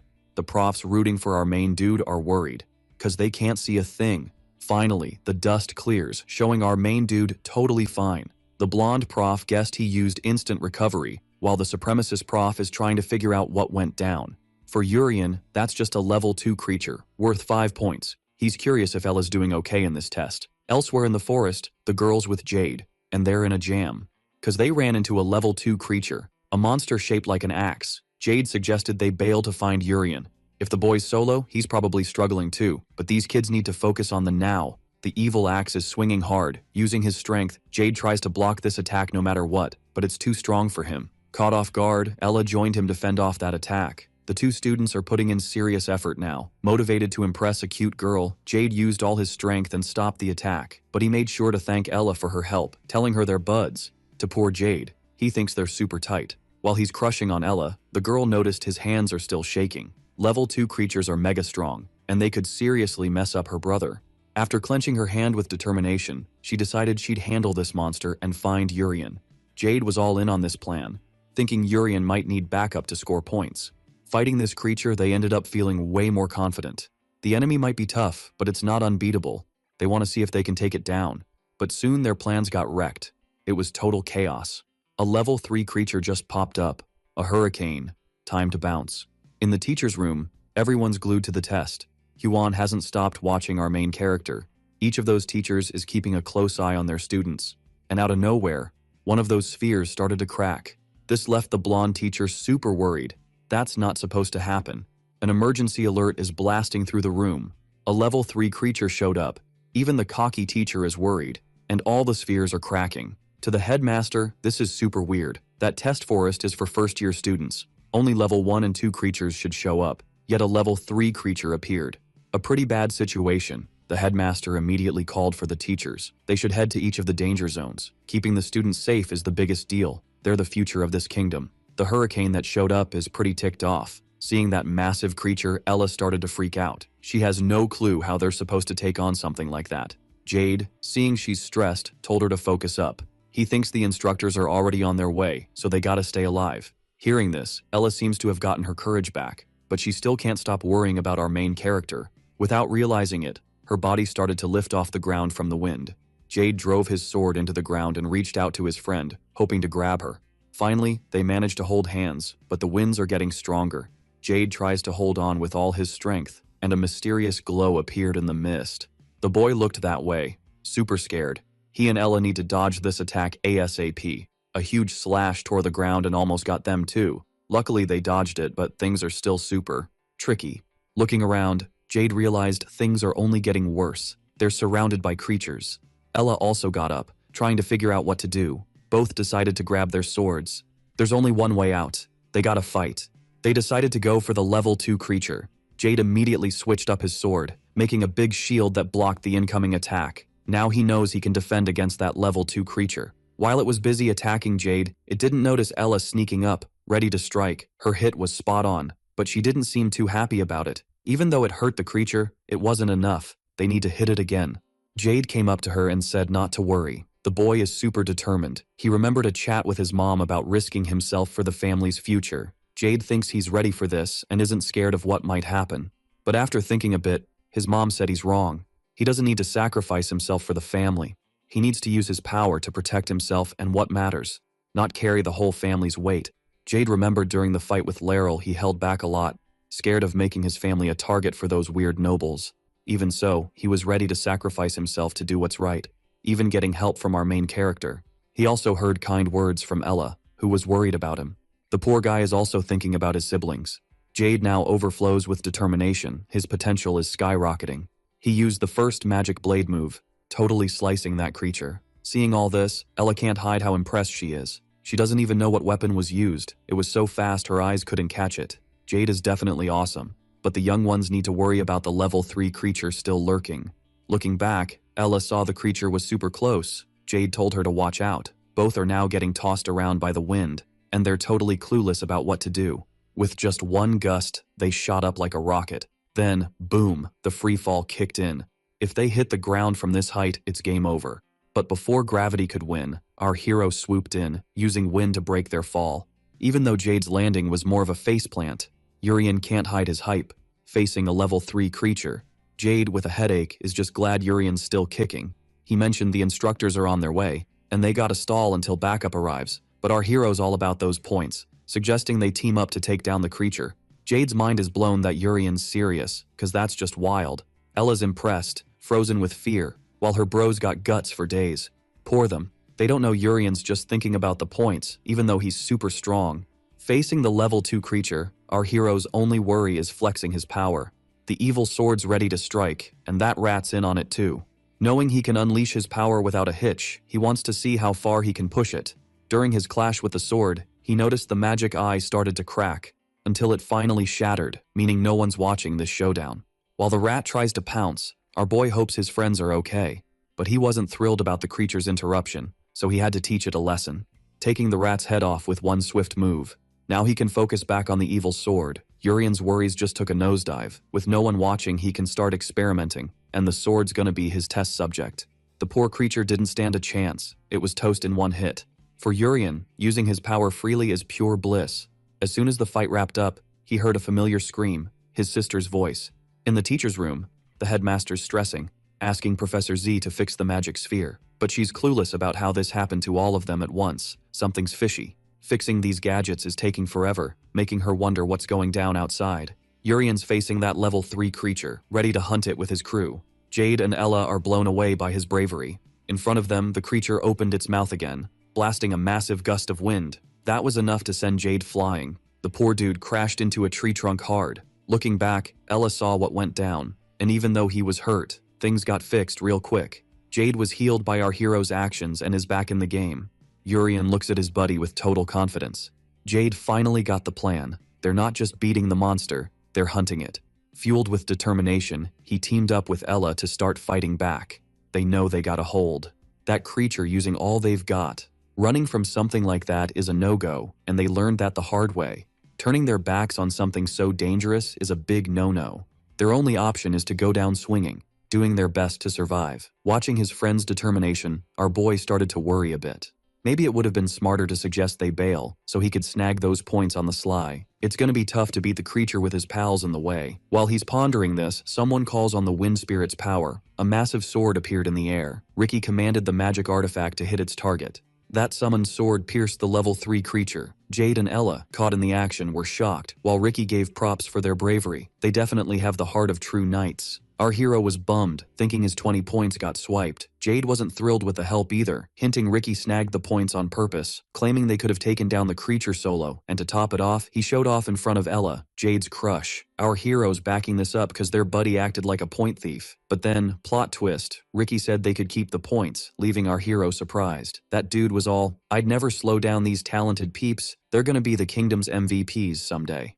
A year ago, things would have been different, but Ricky found a worthy rival. Then he was all, "Show me what you got right now." If they prove themselves, he'll hand over the points. No prob. Checking out the commoners, he knows Ella's got mad sword skills, and Urian's a magic whiz. And there's still the swordmaster Urian blah blah, the mysterious dude stronger than him. That's why Ricky's all about leveling up ASAP. Before they could blink, a creepy figure popped up behind him, asking if Ricky beat level 3. Everyone, except our hero, was like, "Oh no, we're doomed." That spooky creature was like, "I don't want to die." This made all the students kneel, swords at their necks like a bad horror movie. In front of our hero, they went all self-destruct mode, but our boy hit them with instant healing. Now he's heading for that creature, wanting to know who this weirdo is. The monster was like, "I'm the power that leads people to doom. Level 4 depression. Who knew real-life monsters were a thing? Mind blown." After that wild ride, our hero's squad is shook. Jade started to hurl. While Ricky's still piecing together what just went down, he's like, "Did I really just cut my own neck?" He also noticed the creature's got scars on its hands and neck. Our hero, though, isn't scared of this baddie, and the depression's trying to figure out why he's still kicking. Urian was like, "Those words are a bit much for this story." But the monster was like, "Just doing my job? People stop living when they meet me." Our hero's like, "No way this creature's for real." Still shook, Ricky went to our boy, saying he's got mad skills. Since he was the target, he knows the physical and mental damage got fixed. And that's a big win for the kingdom. Ricky's all in to protect the boy. Once again, he called on the wind spirit. The depression saw he's got a powerful ally. And the gray-haired boy's ready to throw down. Urian's still amazed the creature can chat with them. With its own brain and ego, the depression's definitely level 4. Geared up for battle. Ricky's clueless about why that creature's in the forest. In a careless moment, the depression got close, saying it doesn't want to die. Once again, all the students are ready to go self-destruct. Blood started flying everywhere. Our hero, seeing all that, told the creature to knock it off. It still watches as the bodies squirm on the ground. Seeing the wounds heal, for the depression, that's no accident. Watching our hero, it realized its mission's changed. It needs to take him out before the others, as the boy's messing with its plans. But Ricky's like, "Not on my watch," trying to figure out how our hero resisted that attack. His magic resistance is epic, and Urian gave Ricky props, who's really number 2. But for that young prince, our boy's skills are hero level. This time, the depression's going for a hands-on attack. What Ricky sees is nightmare fuel. Before anything could happen, Jade busted out the magic blade. With that, he managed to nick the depression's arm. Even with a strong attack, it didn't do much damage. Freaked out, they're telling Urian to bail ASAP, but our boy's totally chill because he knows he can handle this anytime. But his crew doesn't know that, so Ricky's getting more stressed, using his wind magic to yeet them all from danger, which bums our hero out. Only then did he remember the gray-haired boy's Tian's bro. She could also use the wind to yeet him, despite everything. They're pretty alike. Now the depression's alone with its foe, who didn't bounce with the others. Ricky knows escape's a no-go for everyone. All he needs is to stall, as an ex-warrior's on the way. This didn't scare the depression, it just sees the boy as a crybaby. Ricky's hands are shaking, he's wishing for this to wrap up soon. Gathering all his guts, he called on the wind spirit again. The depression's ready for the hit. A huge boom happened. As the dust settles, the depression was like, "That's it?" For now, it hasn't gone after that kid directly, but Ricky's getting super freaked out. Just then, the masked professor showed up, ready to take on a level 3 creature, but things are kinda wild. He swooped in to save Ricky, and is all set to throw down with the big bad depression. The creature's keeping quiet about what went down with that dude. So, the professor whipped out this crazy fast wind move. Nearby, Jade and Ella are just chilling on the ground, and our main guy's way up high, watching the action below. OMG, the professor's move turned him into a butterfly, and now, with his epic Winx princess wings, he's ready to rumble. Ricky had to plug his ears, cause this wind's making a ridiculous racket, all while the depression's just standing there, not moving an inch. The noise is intense, echoing through the whole forest. Until it hit the headmaster's ears, he knows the eye patch professor's in the mix. Trying to fix the magic sphere, Z's like, "Something's off. No way all the spheres got wrecked at once, making repairs a no-go. There's something even stronger out there, messing with the signals." Now the headmaster's starting to sweat. Using a magic call, he tried to reach Haiwan, Things are getting messy. A level 3 creatures popped up. Plus, the observation spheres are toast. Too many weird things happening. Maybe a level 4 creature's lurking. But the headmaster's clueless about what's causing this and thinks they're after the princess. The reason doesn't matter now. He's ticked off. Time to make these guys pay. He told Professor Z they gotta keep the students safe in the forest till the royal guards show up. All he hopes is nobody gets hurt this time, counting on the butterfly wing professor's power. The depression, seeing that, made it clear those butterfly wings won't stop it. Waving its hands all menacing, the depression said a butterfly's no match for it.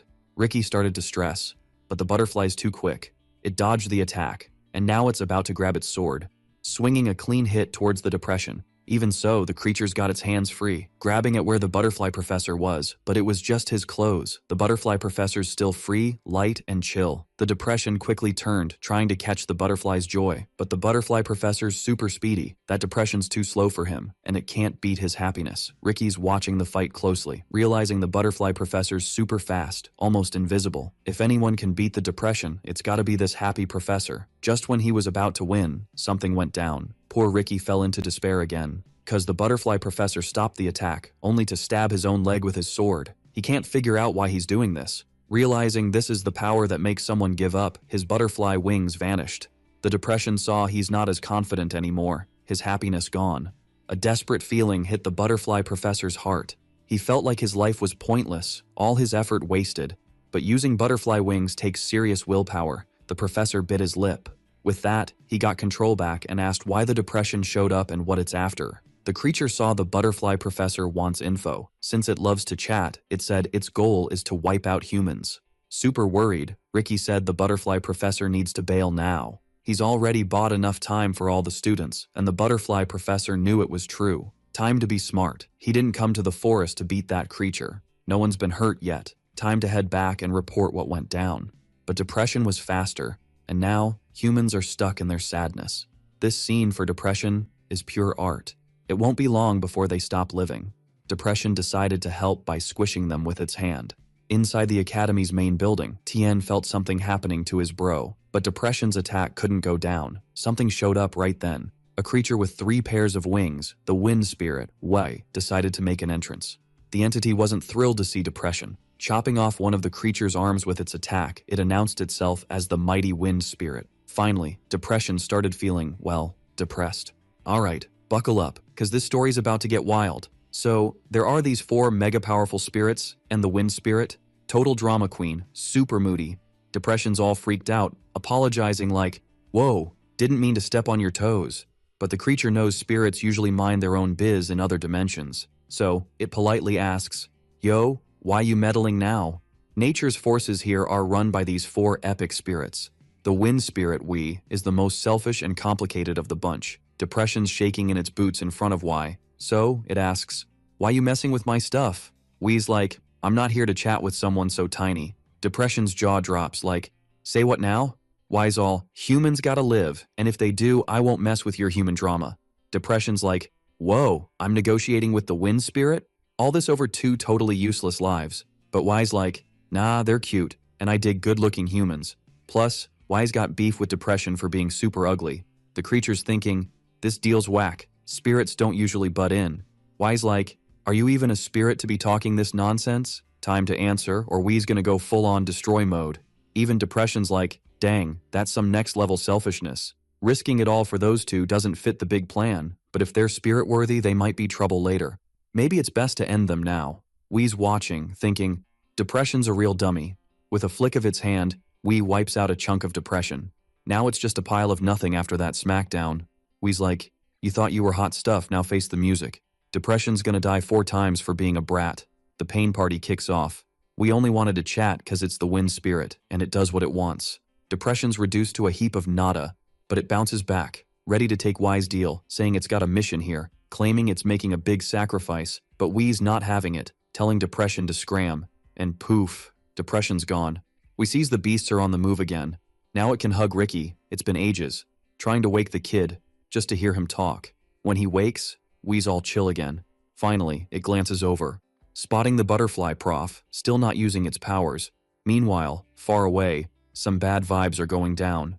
Depression's back, ticked off from being dissed. No more time to waste in this forest. It's mission time. determined to wipe out all the students for kicks, swearing no one's leaving alive. After that tantrum, a power wave rocks the forest, but Depression's clueless about who did it. Then it spots the culprit. Our heroes found the monster. Urian's bummed for hesitating again, wanting to keep his powers on the DL. Depression's stoked, thinking it's found its first target. It says, "Fate's a thing, and you're done for. Time to feel real pain and lose all hope." Depression grabs Urian by the neck, saying he's about to know despair like never before. The more Depression squeezes, the more Urian's veins pop. But Urian's had enough. He grabs Depression's hand, rips it off like it's nothing, saying Depression's power is zip in front of him. The creature's bleeding out. It spawns a bunch of hands trying to attack our hero. Fear spreads through the forest, even reaching Ella. But our hero knows how much power to show. So no more holding back in a sitch like this. With one punch, in true Saitama style, he takes down Depression. The rise of a level 4 creature, the first in ages, triggers an emergency meeting in the kingdom's capital. All this gets reported to King Brahidnus, and the rector's the one spilling the tea, saying Professor Borboleta and Ricky saved all the students. Both were found knocked out cold, and checking out the battle scene, it seems they got saved by the epic wind spirit. Marquis Drades picturing an intense showdown, thinking those other folks also hit up the battle spot. Poor them, they have no clue our hero's the real MVP here. The chubby Marquis is stressing about this beast's power, which has been chilling for ages, leveling up. They want to wipe out humanity, and if this was a showdown with a mega spirit, humanity's toast. The dude with the goatee told everyone to chill, since these fancy folks are still in front of the king. He's Marquis Zertis. The guy with the long hair mentioned humanity's leveling up too. Every kingdom knight's got mad skills, as long as they stay alert. Humanity won't get wrecked by creatures like these. That's the knight commander. But his name's a tongue twister, so he's Kaiba now.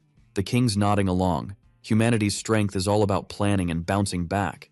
Now it's up to the rector to point out where the beasts popped up, so they can handle it, while Kaiba's on security duty, keeping everyone safe. Seizing the moment, the rector brought up another topic, about the Academy's yearly games. The king's aware there's a showdown with the Empire's students. With all the chaos, the rector suggested pushing the games to next year. Some nobles think that's bonkers, since it messes with the kingdom's tradition, plus the Empire's latest hype. They're already pumped for the games, especially after the level 4 beast drama. The chubby noble thinks delaying the games screams cowardice. Another noble mentioned they've been winning for 3 years, and the Empire's itching to even the score. But the rector knows level 4 beasts are brainy. That attack had a plan. The king just watches as the nobles start bickering, and the goatee noble knows if the knights are around, the creatures won't dare a head-on attack. The rector agreed. However, a level 4 beast went after his students. Hearing this, the chubby noble's asking if the rector thinks the kingdom's doomed if there's an attack, but the king told everyone to zip it, even though he gets the debate's importance. He said the games must go on, with all the necessary precautions. Delaying the games would give the Empire a chance to make a diplomatic move, considering the kingdom's current pickle. The king suggested they should hear from the students. This idea left the rector totally shocked, but the king wants a chat with Professor Borboleta and Ricky, who faced that beast. He also wants to talk to the honor student, our hero. Later that day, Urian's mind is racing. He's clueless why he's been brought to this hall.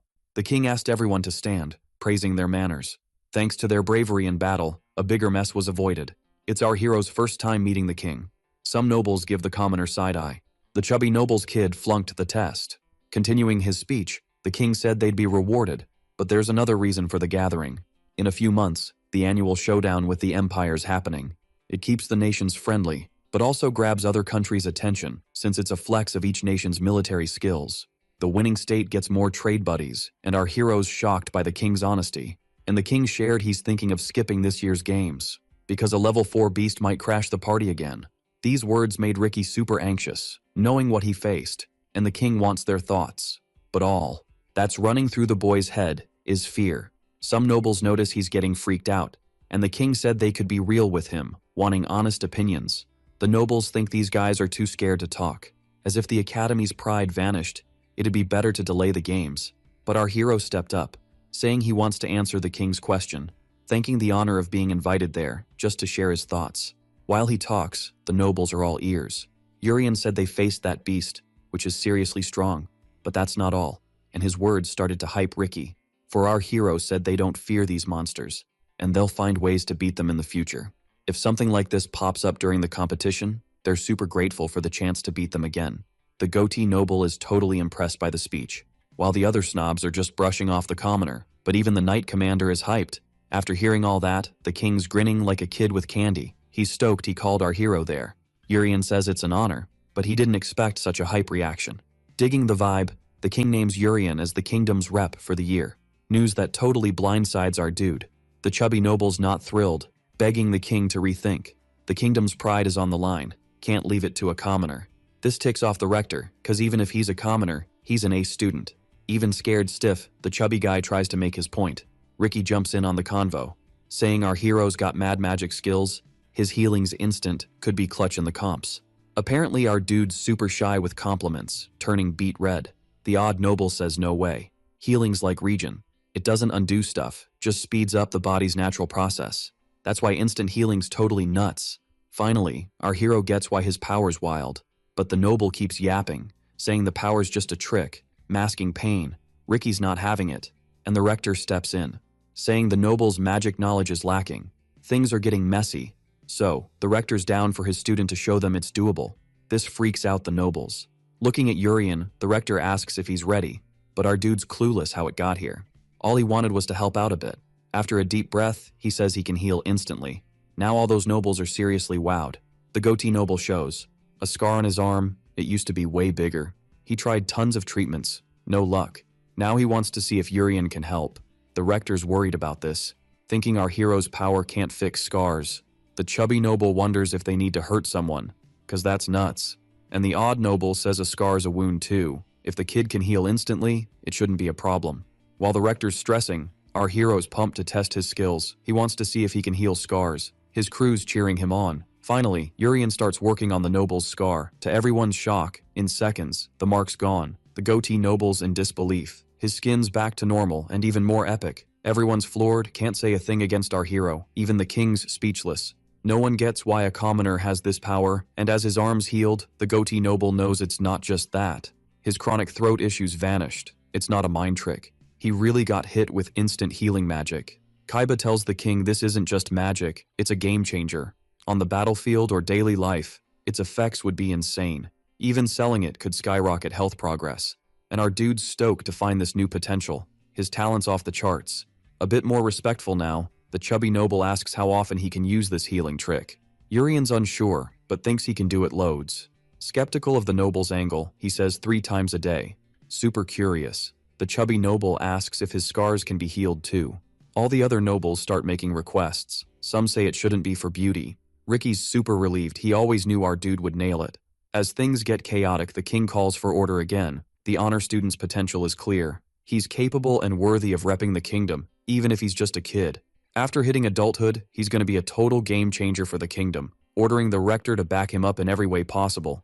Now the king's got some words for our main dude. He told him to jump into the competition and bring back some epic honor for the whole kingdom. Our guy was all, "Your wish is my command, your majesty."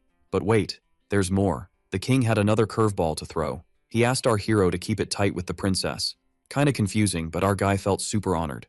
Next day at the academy, Jade was shook by what went down. Urian and his crew were just as stunned. Obviously, the jealous noble couldn't keep his mouth shut. Claiming his noble pride, he couldn't stay quiet, throwing down a duel challenge to our hero. Jade was all, even the king's seen Urian's potential. But our hero's chill, he took the challenge head on. His friends were like, "Whoa, bold move." The cocky dude's getting braver by the minute. In front of everyone, he declared if he wins, he's the nation's rep. Totally random, but Rizzo's already got his popcorn ready. Our hero's sis is cheering him on, and Jade's right there too. A girl wants to stop it, but she's all about the princess. The princess thinks it'll all be good. Cause the teacher's in the room, asking if they're ready to rumble. Our hero thinks Hwan should stop this, not cheer it on. The princess is curious about what the king saw in him, and she's hyped to see it for herself. Hwan asked again if everyone's set. Trying to freak him out, the cocky noble said he'd get wrecked. But our hero's not even fazed. The teacher used her magic to mark the ground, saying this challenge is called Move the Coin. Our guy's like, what even is this? The rule's simple. Get the coin on the opponent's side for 5 seconds. When that happens, we got a winner. They can only use mana to move the coin. If it goes out of bounds, that student loses. Seems easy, but Rizzo's not buying it. The twin girls figured whoever's got the most mana wins, but gotta be careful. A bluff can make the other use too much force, tossing the coin out. Even the princess knows strategy's key. Lots to think about. Hearing all this, Ella's getting nervous. The weird noble's pumped to put our hero in his place, but Urian's totally chill. He's got a plan. Time to show this arrogant dude what's up. Since he knows the game, he's got a strategy ready. He's gonna wrap the coin in his mana, leaving our girl spooked. This is his moment to shine, moving the coin to the other side and holding it down, just waiting to see the panic on the noble's face, determined to give him the worst 5 seconds ever. The teacher told them to get ready. Starting the match, the cocky noble's powering up. His friend saw he's going all out. Rizzo said he'd do the same cause commoners don't have much mana. But things are going differently. The coin's already on the cocky dude's side. Our hero acted fast. The teacher started the countdown. Just 5 seconds left, and the twin girls are shocked. The princess is watching everything closely. The arrogant dude's trying to move the coin, but nada. It's the same feeling he had during the exam. He's even more ticked, facing a mere commoner. Now, he's using even more power. A girl noticed the coin starting to move. Ella's worried, but Jade said no need to stress. Laughing, Ricky figured it out. Our hero's moving the coin. The proud noble was shook, seeing a letter carved on the ground. He has no clue what it means. Smirking, our hero said it's no big deal. The countdown started again. 4 seconds left, and the arrogant noble's getting madder. He's using all his strength. Even Rizzo's feeling bad for the guy. Surprising everyone, a blast happened in the middle of the place. Its epicenter, the body of that arrogant noble. His crew realized he's lost it. Jade jumped in front of Ella, trying to shield her. The teacher's worried too, cause an explosion's about to go down. Our main dude totally saw this coming. He just moved his hands all careful like. And boom, as soon as he closed his fingers, everything flipped. The wild energy just vanished. Poof! Everyone was like, whoa, what just happened? Meanwhile, Mr. Arrogant Noble was about to faceplant from exhaustion. A divine figure was watching, and she was super impressed with our guy. Cause he finally got how epic his power really is. Urian made it look like a piece of cake. Rizzo said it all kicked off with the noble's sneaky plan, but our hero used his mana to lock down the noble's mana. One girl was like, no way, that's impossible. But our dude did it, no sweat. During the entrance exam, he couldn't even handle his own mana. Back then, Teacher Z saw it all, and his heart didn't explode. Same deal now, but with Teacher Hyowan watching. Maybe the heart thing's a myth, but something's up when he goes full power. Now he's pondering what that lady said. His potential's tied to hero-level potential. Up in the sky, the winged woman saw he finally got it. He's right. His heart's safe unless he goes beyond hero power. Cause this world is pure chaos. It's got humans, demons, beasts, dragons, you name it. A wild ecosystem in a tiny world. If humans get too much power, the balance is toast. Our hero's power is here to bring peace. His journey's gonna be tough, but she's rooting for him. After the fight, our guy even healed Mr. Arrogant. Now that he's back to normal, he's clueless about what went down. The teacher asked if he accepts the duel's outcome, while Rizzo called him a loser. But the dude remembers zilch. Seeing our hero celebrating ticked him off, but he still admitted defeat, saying our hero's the winner. The teacher couldn't hide her approval, telling the student that owning up to mistakes is step 1 to leveling up. She also said he fought like a champ. Our hero can't say it now, but he's thankful for the battle.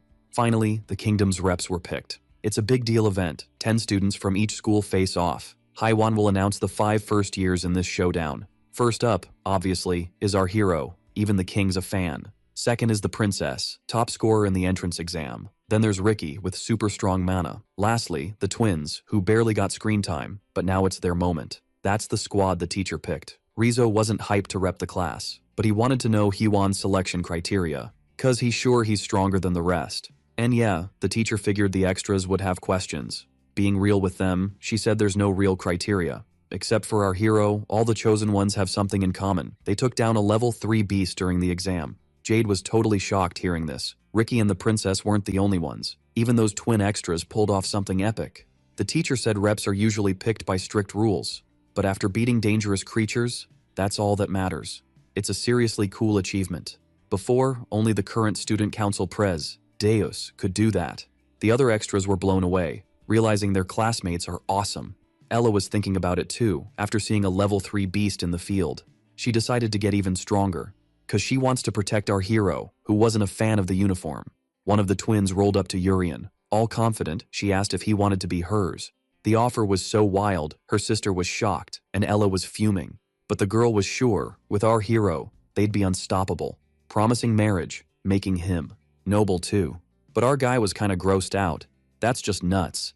Plus, marriage is for people who love each other, and she's way too young to be talking about that stuff. This response totally flipped the script. The other girl told our main dude not to diss her sis. But, turns out, his words actually made sense.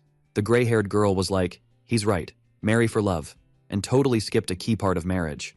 This left the other twin totally shook. OMG, what a fab teacher. She looked awesome in those clothes and said everyone should dress up too. The extras are dying to know how she pulled it off so fast. Haiyuan said they're heading to the Empire, leaving the next day, but got a bit delayed because of that epic match. Our main dude's mind is blown, thinking everything's moving at warp speed. Arriving at this new spot, Ella's buzzing with excitement. Cause it's the Empire, a place they only heard about in stories. In the middle of the square, she caught whiffs of all these yummy smells. But Jade's the one who's over the moon. This is a once-in-a-lifetime chance. The teacher met them pre-trip, saying Z would be their guide. The reps left first. So Jade's totally alone with his crush. No main dude to mess things up. Overflowing with love, he asked if she ever tried grilled oysters. The Empire's known for its food, and the oysters are top tier. He suggested they try some, and Ella's all in for it. Jade promised they'd be quick, wanting to do his buddy a solid. Then this jerk pops up. It's the snobby noble, saying he prefers shrimp. All this is making Ella even more hyped. Finally, Jade realized the sky isn't made of chocolate. There's always a devil's envoy to bug him. Now he needs to grab his friend's attention no matter what, saying they could try a super rare crab, a dish as stunning as she is. But the snobby noble's got no chill. He wants to try the crab too. With fire in his eyes, Jade said the restaurant's for pairs only, telling the jerk to buzz off. Still being a pain, the snobby noble said he'd convince the owner to make an exception. The other characters are exploring the city. The snobby noble spots his crew, calling them reckless for wandering solo. But Jade just wants this jerk to vanish. But he got cut off. Some folks are saying they're too loud. Some poorly drawn characters just showed up, not shocked the noise is from the neighboring kingdom. By their uniforms, Jade knows they're from the Imperial Magic Academy. The new jerks are super smug, noticing those students are from the advanced class. Looking at them, they think no one's got talent, cause there's a commoner there. Fed up, Jade told this extra to zip it, cause that girl's way more talented. This only made the extra even more cocky, eager to show off. Cause these poorly drawn characters are also from the advanced class of the Imperial Academy. But none of them seem to impress Jade's crew. In fact, the top student seems to be bald, even hiding his eyebrows. In this tense vibe, someone decided to step up. The snobby noble called them liars. No way those guys are the Empire's best.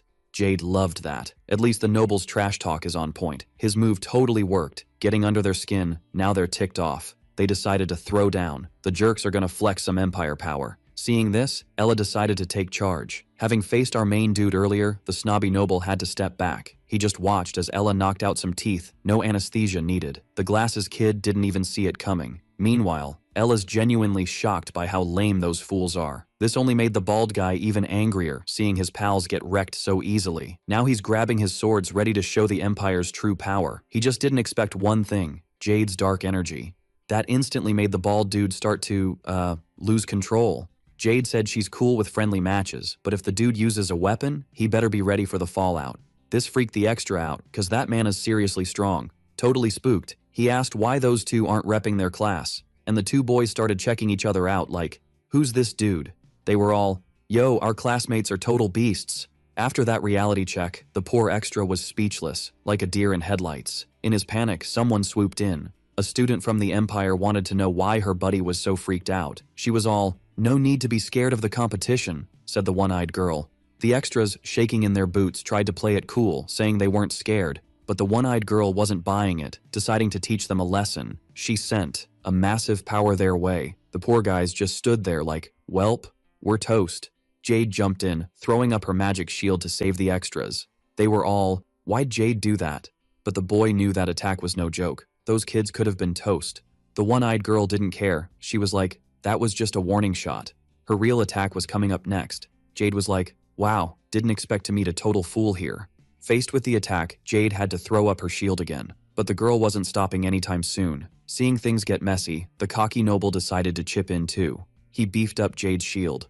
This just made the one-eyed girl even angrier. She went all out, cracking the magic shield. Jade was starting to sweat.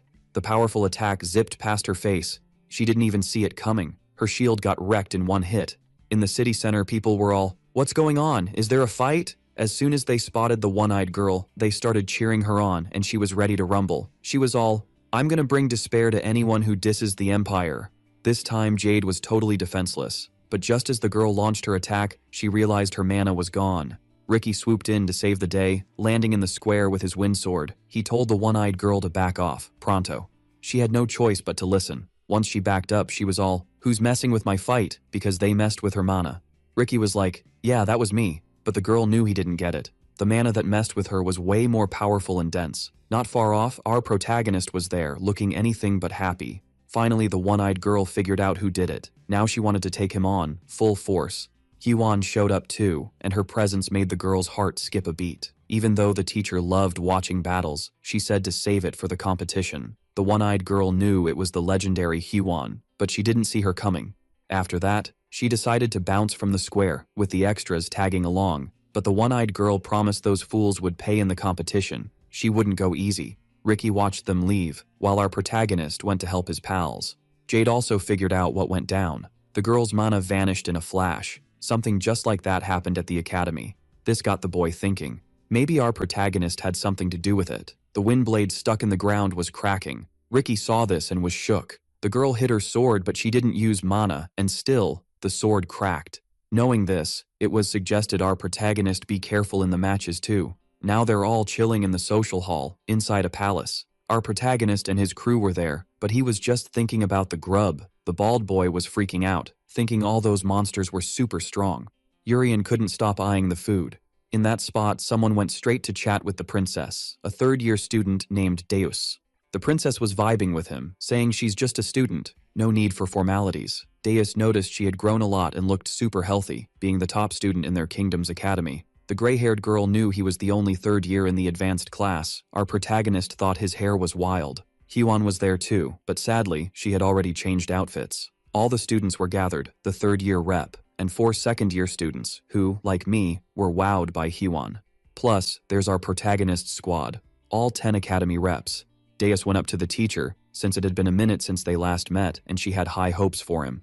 The lights dimmed, time for the opening ceremony to kick off. The hosts welcomed all the visitors. The person running the show is this professor from the Imperial Academy. For the past 7 years, this competition's been the go-to event, boosting kingdom friendships and giving everyone a chance to level up. But with the kingdom getting smacked by some nasty creatures lately, this year's competition might not be their jam. The professor said the Empire's students are super prepped, their army can take down level sim creatures. And they've got everyone's back, safety-wise. Then there's this Professor Jerry, who's all about himself, stepping up to the mic. While he's chatting, the Empire's dean is hyping up Jerry's speech. He's convinced he's got the kingdom right where he wants them. Jerry said they're here with 2 solid facts. First, and he's all sneaky about it, the kingdom's students took down a level 4 creature, a big deal, showing off their epicness. Second, and again with the sneakiness, the Empire's been losing for the past 3 years. And if they've learned anything, it's that they make awesome sparring buddies. Hoping they get stronger to protect others, you gotta hand it to Jerry, he's a jerk, but he's an equal opportunity jerk. Now that the speeches are done, it's time to party. The competition kicks off in 2 days. Hyewon's all about grabbing some grub and our main character's leading the charge. Everyone's pumped, but one dude's feeling down. He told the teacher he's stressing out, because all the second-year advanced class students are in the hospital, and now, regular students are up for the competition. Because of this, they're feeling like they're not as good as their classmates, worried that if they lose, it's on them. Being nobles, they're sweating the diplomatic fallout. But for our main character, the fix is easy. Just win. The extras are shook by this. Ricky and the princess are all about that confidence. Losing's not even on their radar. The twins are super pumped too. Finally, the extras realize they're the only ones with a confidence crisis. The teacher said strength isn't about your social status, it's about who you are. Whether they're regular or advanced students doesn't matter. They're here because they've got skills. They're reps, not backups, and should act like it. After getting this pep talk, the clueless one starts crying, all grateful. 2 days zoom by, and it's game time. Finally, the 8th edition of the competition kicks off. First up, a duel between third-year students. The teacher knows Deus is a powerhouse. He struts into the arena, confidence on full blast. Thinking he's got this, no problem. On the other side, there's an extra who can barely open his eyes, banking on effort to win. There's also another third-year rep, a blonde dude with a tan. He's trying to psych out Deus with his intense stare, and the crowd's loving it. Everyone's hyped for the showdown. The presenter said it's 3 rounds, first to 2 wins takes it all. Z's getting more nervous by the second, hoping her students crush it, but the dean knows why they've been winning lately. Z's shocked, thinking it's all about the students' skills, and the dean's even more blunt, saying it's 'cause God was born in their kingdom. Inside the arena, God's facing the same rival again. The blonde dude's claiming he's leveled up big time over the past year. This time, he's set on making God remember his name for good. Before the action kicks off, he's using all these power-boosting techniques, but the human body can only handle 3 of these moves. The blonde dude's gone overboard, and he's feeling it. The deans counted 8 techniques, seeing the kid's got ambition, and Z's glued to the action. But something's got the dean's full attention. In light of this, God's unfazed. He's itching for a real fight, summoning his weapon. The blonde dude knows that Scythe can slice through mana. If this drags on, he's toast. That's why he's aiming to end it in one epic move.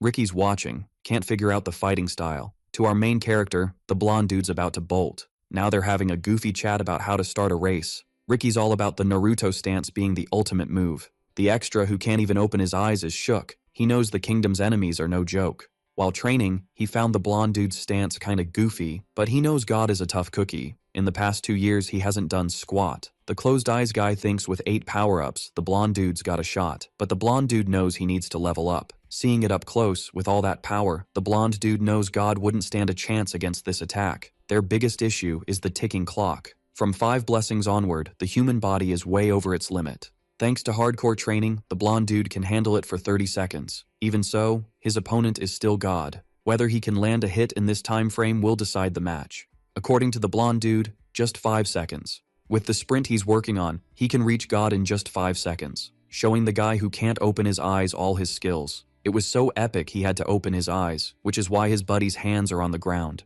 This sprint move took a year to nail. They think God won't have a way out. After stacking all those blessings, the blonde dude is set. The stance he made is perfect for boosting his speed, and his power can be stronger than a warrior's. Now that he's moving, he wants to see if God can dodge. Still super chill.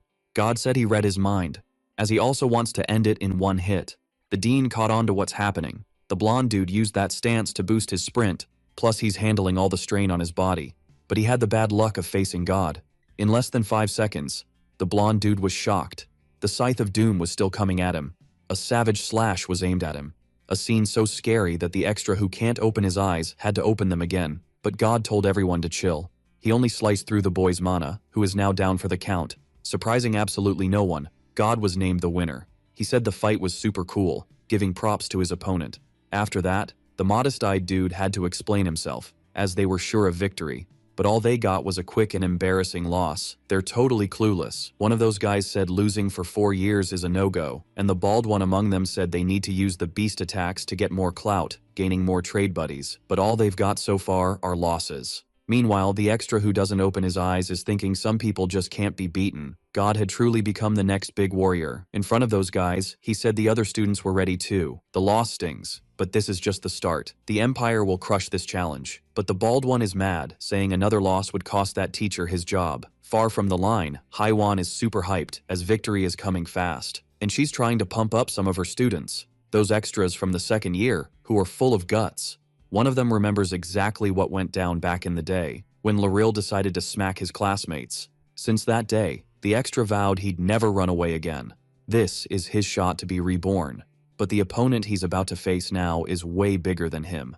A jerk with a scar on his face, who called the boy a worm, wants to know where Loril is. But the extra with a bandana said Loril won't see this time. He said Loril is in the hospital, keeping the bed warm for this scar-faced dude. These words seem to have fried his brain as the scar-faced dude got ticked off. Now, the boy with the bandana knows he has to fight and is pumped about it. The announcer is hyping up the next battle between the Empire and the Kingdom. The epic showdown between these rivals is coming soon. Right now, the Kingdom is ahead. And the announcer is wondering if a legendary comeback will happen, or if the Kingdom will seal the deal. The second round could flip everything. Tons of students are already cheering like crazy. Looks like if this extra from the Kingdom wins now, the crowd will lose it. The poor guy repping the Empire is already feeling the heat. He realized his opponent isn't from the advanced class, and now feels dissed. More curious still is that he's asking for Loril to be brought over. Like, what's the deal with that? The energy from him and his crew is wild, totally crushing the second-year students of the Kingdom. But the dude with the bandana is hyping up his squad, trying to keep spirits high. Since they're the second-year reps, they gotta show some swagger, right? Meanwhile, the Empire's reps are all about snagging an easy win, no sweat. Their coach's advice? Win big, make it sting, and leave no room for doubt. Weirdly, all the students this year have scars on their faces like a badge of honor or something, and it doesn't take a genius to figure out who's behind those marks. The twisted Laurel had a blast messing with these poor guys. They've been training all year for payback, but now they're bummed they won't get it. The battle's about to kick off. The kingdom's extras are all set, ready to rumble, but the gray-haired dude on the other side is not having it. He's super ticked.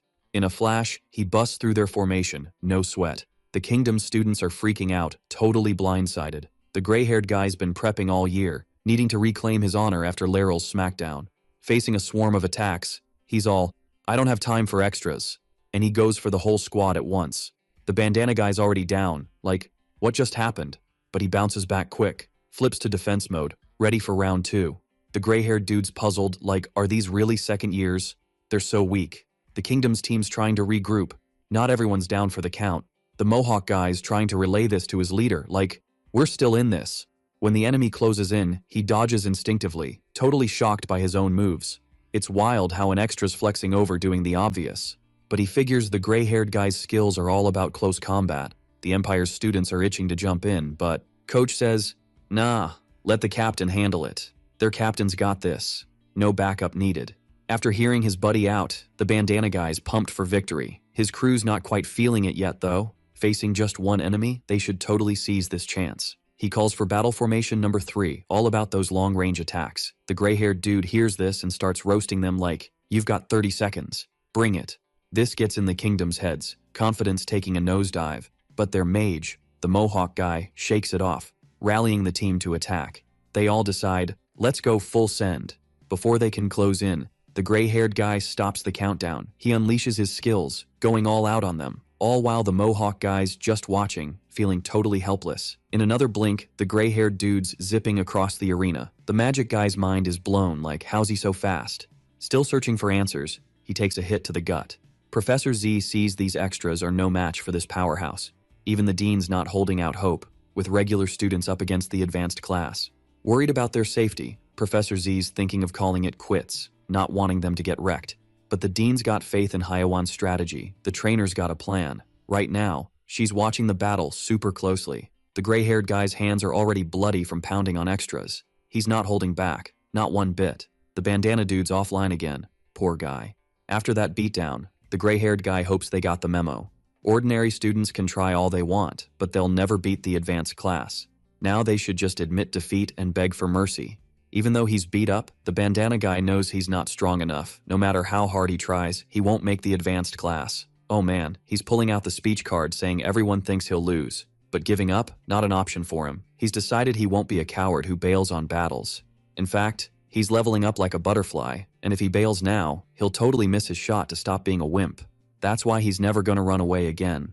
Alright dude, nice speech. Now eat this punch and enjoy your free bone remix. Thanks a lot, silver-haired dude. You're the best. After that, the extra's body bounced around the arena like a basketball. Even so, he got back up. Seriously. It's like this guy's never heard of brain damage. Practically offline again, the dude said he's not giving up. And this is starting to tick off the silver-haired dude, who's now charging up his power in one hand, promising to crush his opponent's legs so he won't stand up again. But before the smackdown could happen, his mana fizzled out, and a quirky dude entered the arena. The Empire kid wants to know what the commoner is doing there. Seems he wants his legs broken too. It's our hero swooping in to save the day. Because the rule is clear, humiliation and smackdowns are his job, no one else's. Because that would be wrong. The poor extra, already offline, looked at our dude with awe. Outside the arena, the extra who can't open his eyes, who's actually the Empire's team coach, told his student to stop. Because all his opponents are already KO'd, that match is done. And that's exactly what the ref does now, calling the end of the battle. Finally, the Empire snagged a win, turning his back on our hero. The silver-haired dude said he got lucky. The girl from his team is hyping up her captain, admiring his mana control. He held back from wrecking that poor commoner. However, his other teammates noticed the captain shook. Still staring at his hand, the silver-haired dude knows he didn't hold back his mana. He's clueless about what happened. Ella was worried about all this, thinking her bro messed up. Beside her, Jade is super impressed. What he saw that day only confirmed his suspicions. The mana of that dude vanished before showing up, a sign that Urian can zap mana instantly. It's a wild ability. Now the hero approached the extra who got wrecked, admiring that he hung in there till the end, saying that kind of guts is worthy of a brave person. Even so, The extra's bummed because he didn't achieve anything at all, even though he didn't bail for the first time in his life. After those words, he hit the ground unconscious. Time to call the medics. These matches were supposed to be chill. Some folks are complaining to the Empire's students. Our hero watches the extra lying on the ground closely. The chubby noble wants to know what young Urian's gonna do now. Our hero said he planned to heal that extra. As soon as he heard this, the chubby noble told him to chill. Thinking that the use of this power is limited, he should save it for the next round. But our hero's really worried about that extra, who got wrecked a lot, got wrecked one-sidedly. Showing a bit of sense, the chubby noble said this competition is a stage to show off the dude's talents. A lot of cash was spent on it. It's up to the med team to handle the injured. Our dude needs to chill. Finally, the extras are being taken out of the arena. The students from the kingdom are watching closely what's going down. And one person in particular isn't happy, Professor Hewan. The poor ones who got wrecked are being treated. But one of the docs noticed that the healing isn't working. Those extras are in bad shape. The other doc said they need to be rushed to the hospital ASAP. Realizing also that the hits they took messed with the healing, the Empire had indeed leveled up. But our hero decided to mess with those guys. The doc said the students are being treated, suggesting the dude step back immediately. Now the chubby noble is freaking out. Meanwhile, Urian said he made a vow to use his powers to save people. As soon as he heard this, the chubby noble started yelling, but it was too late. Urian used his healing on the extras. The doc who saw it from the sidelines was speechless. All those wounds were healed instantly. A miracle went down. He was so mad he tried to hit his colleague, thinking he hadn't been trying hard enough. The princess said she'd be bummed if our hero hadn't done that, as she knows he's a good dude. The girl with a twin sister is also impressed and once again brought up marriage. Even Ricky decided to join them, just to see his classmate totally pushing the idea of dating our main dude. The one still super salty about it is the chubby noble, whining that Urian ignored him. While he's complaining, Haiwan accidentally bumps into him. She says sorry but jokes that he's so round she thought he was a ball. Showing a bit of her fierce side, she tells him to scram, only team peeps allowed here. The noble, poor guy, almost freaks out, but still manages to say if they lose, it's the teacher's fault. But she just shrugs it off, telling the Empire to get ready because they're going all in. The announcer catches that, and tells everyone the kingdom's fired up. The Empire's coach is all, "What's that about?" And the one-eyed girl says they're not backing down. She jumps into the arena, with her classmates right behind her. That bald kid from earlier is super nervous, hoping not to get too embarrassed. A quirky dude is wowed by the instant healing and wants to take our hero's power. An even quirkier dude, basically the first guy but with a sad face, says his bro nailed it. Meanwhile, the red-haired kid says Ricky's just trash. The one-eyed girl warns her crew, saying if they mess up, it's on them, and she'll make them pay. The crowd's hyped, ready for some action. The doc's trying to clear out the healed students so the next round can start. Our hero tells this extra dude they'll handle it. He digs that, believing the newbies will win. Professor Z's pumped too, can't wait for round 3. Same with the dean, since this win decides the champ. Technically they've got it, but Z's still worried. Everyone's tense, but they gotta trust in the power of being the main character. Hewan starts taunting the Empire, saying this isn't their comeback moment. Knowing they'll do anything to win, she tells her students to go all out. Our hero's on board, ready to have a blast. The final showdown's about to kick off, and the announcer's more hyped than the crowd. The Kingdom's squad is set. So is the Empire's, and the rivalry's intense. A 5-on-5 face-off is about to go down. The one-eyed girl tries to scare her rivals, saying they can't run this time.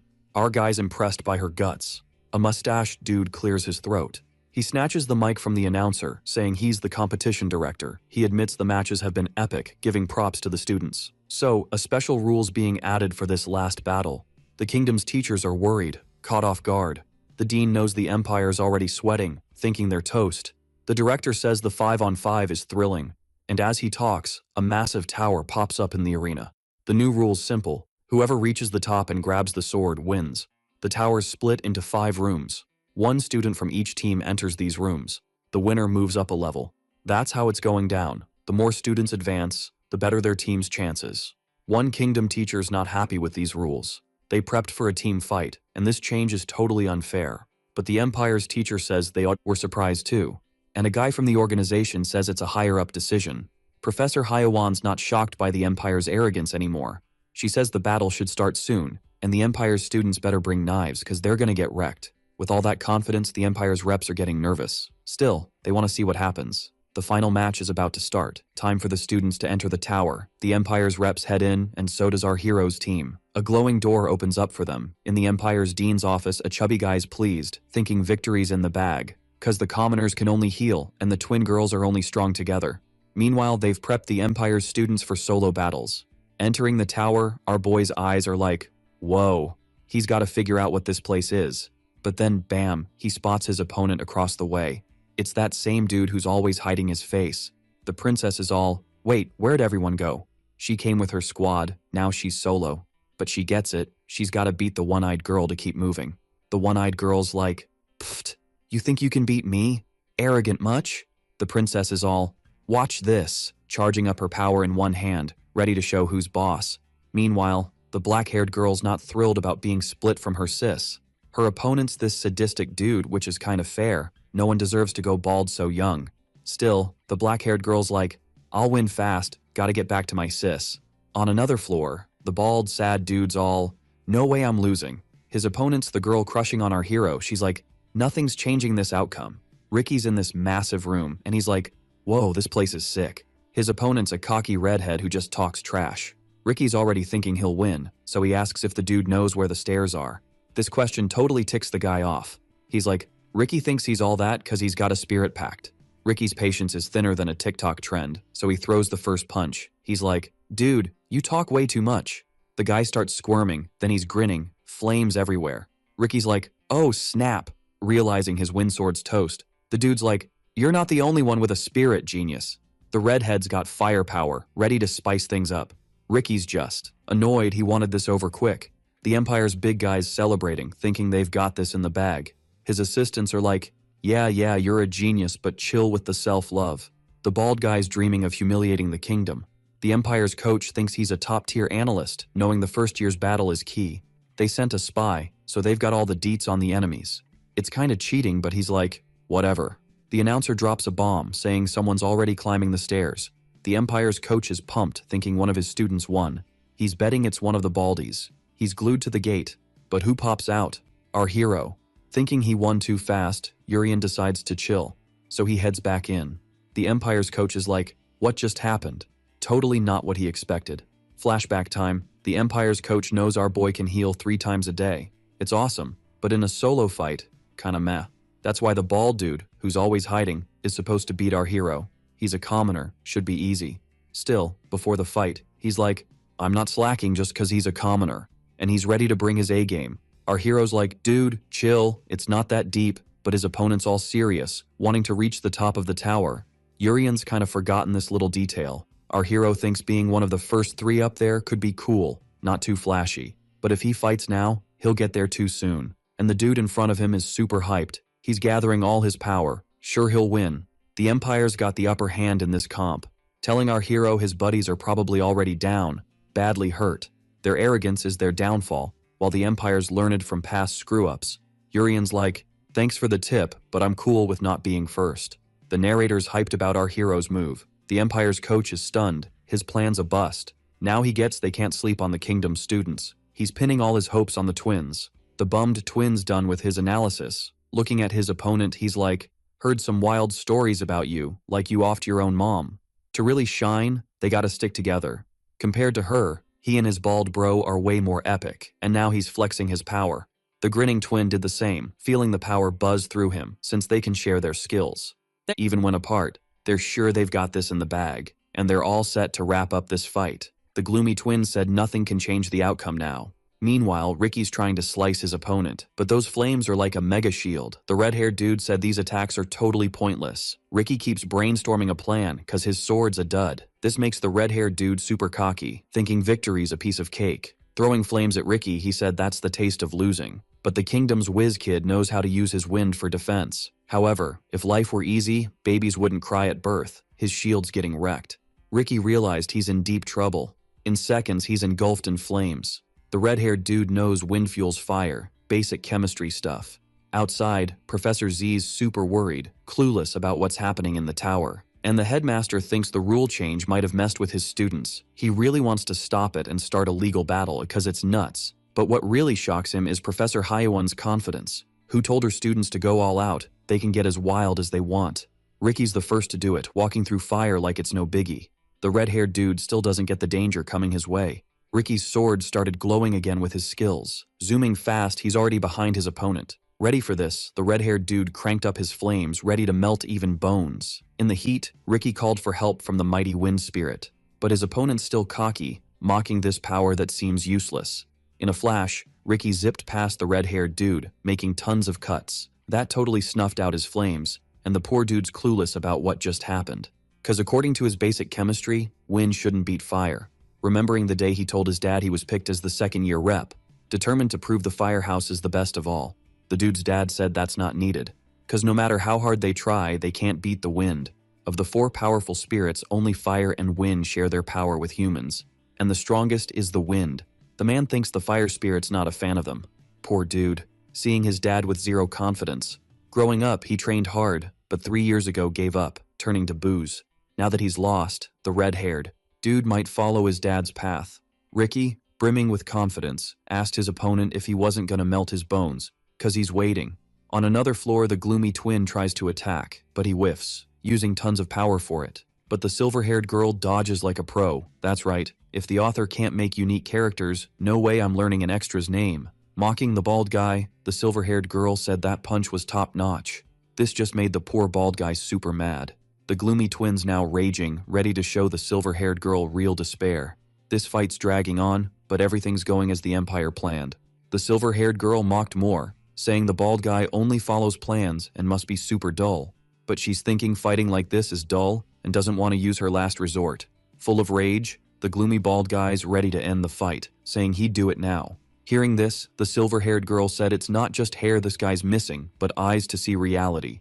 Before they got back to fighting, our hero showed up on that floor, apologizing for getting lost. He wants to get back to his own floor. Realizing it's our hero, the silver-haired girl got super embarrassed. The gloomy bald guy quickly recognized the honor student, which means one thing: one of his buddies got beat. Now he's trying to figure out how someone who can only heal did that.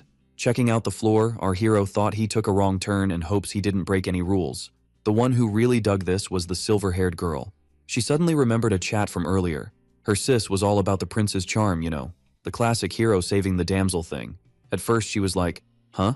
But her sis explained, the prince risks it all for love. To the silver-haired girl, that's just bonkers, makes zero sense. Yet, the more she checks out our hero, the more he seems like her knight. Urian said they gotta bounce from that floor soon. But the grumpy bald dude's not having it. He's ready to rumble again. All he needs is to beat those guys.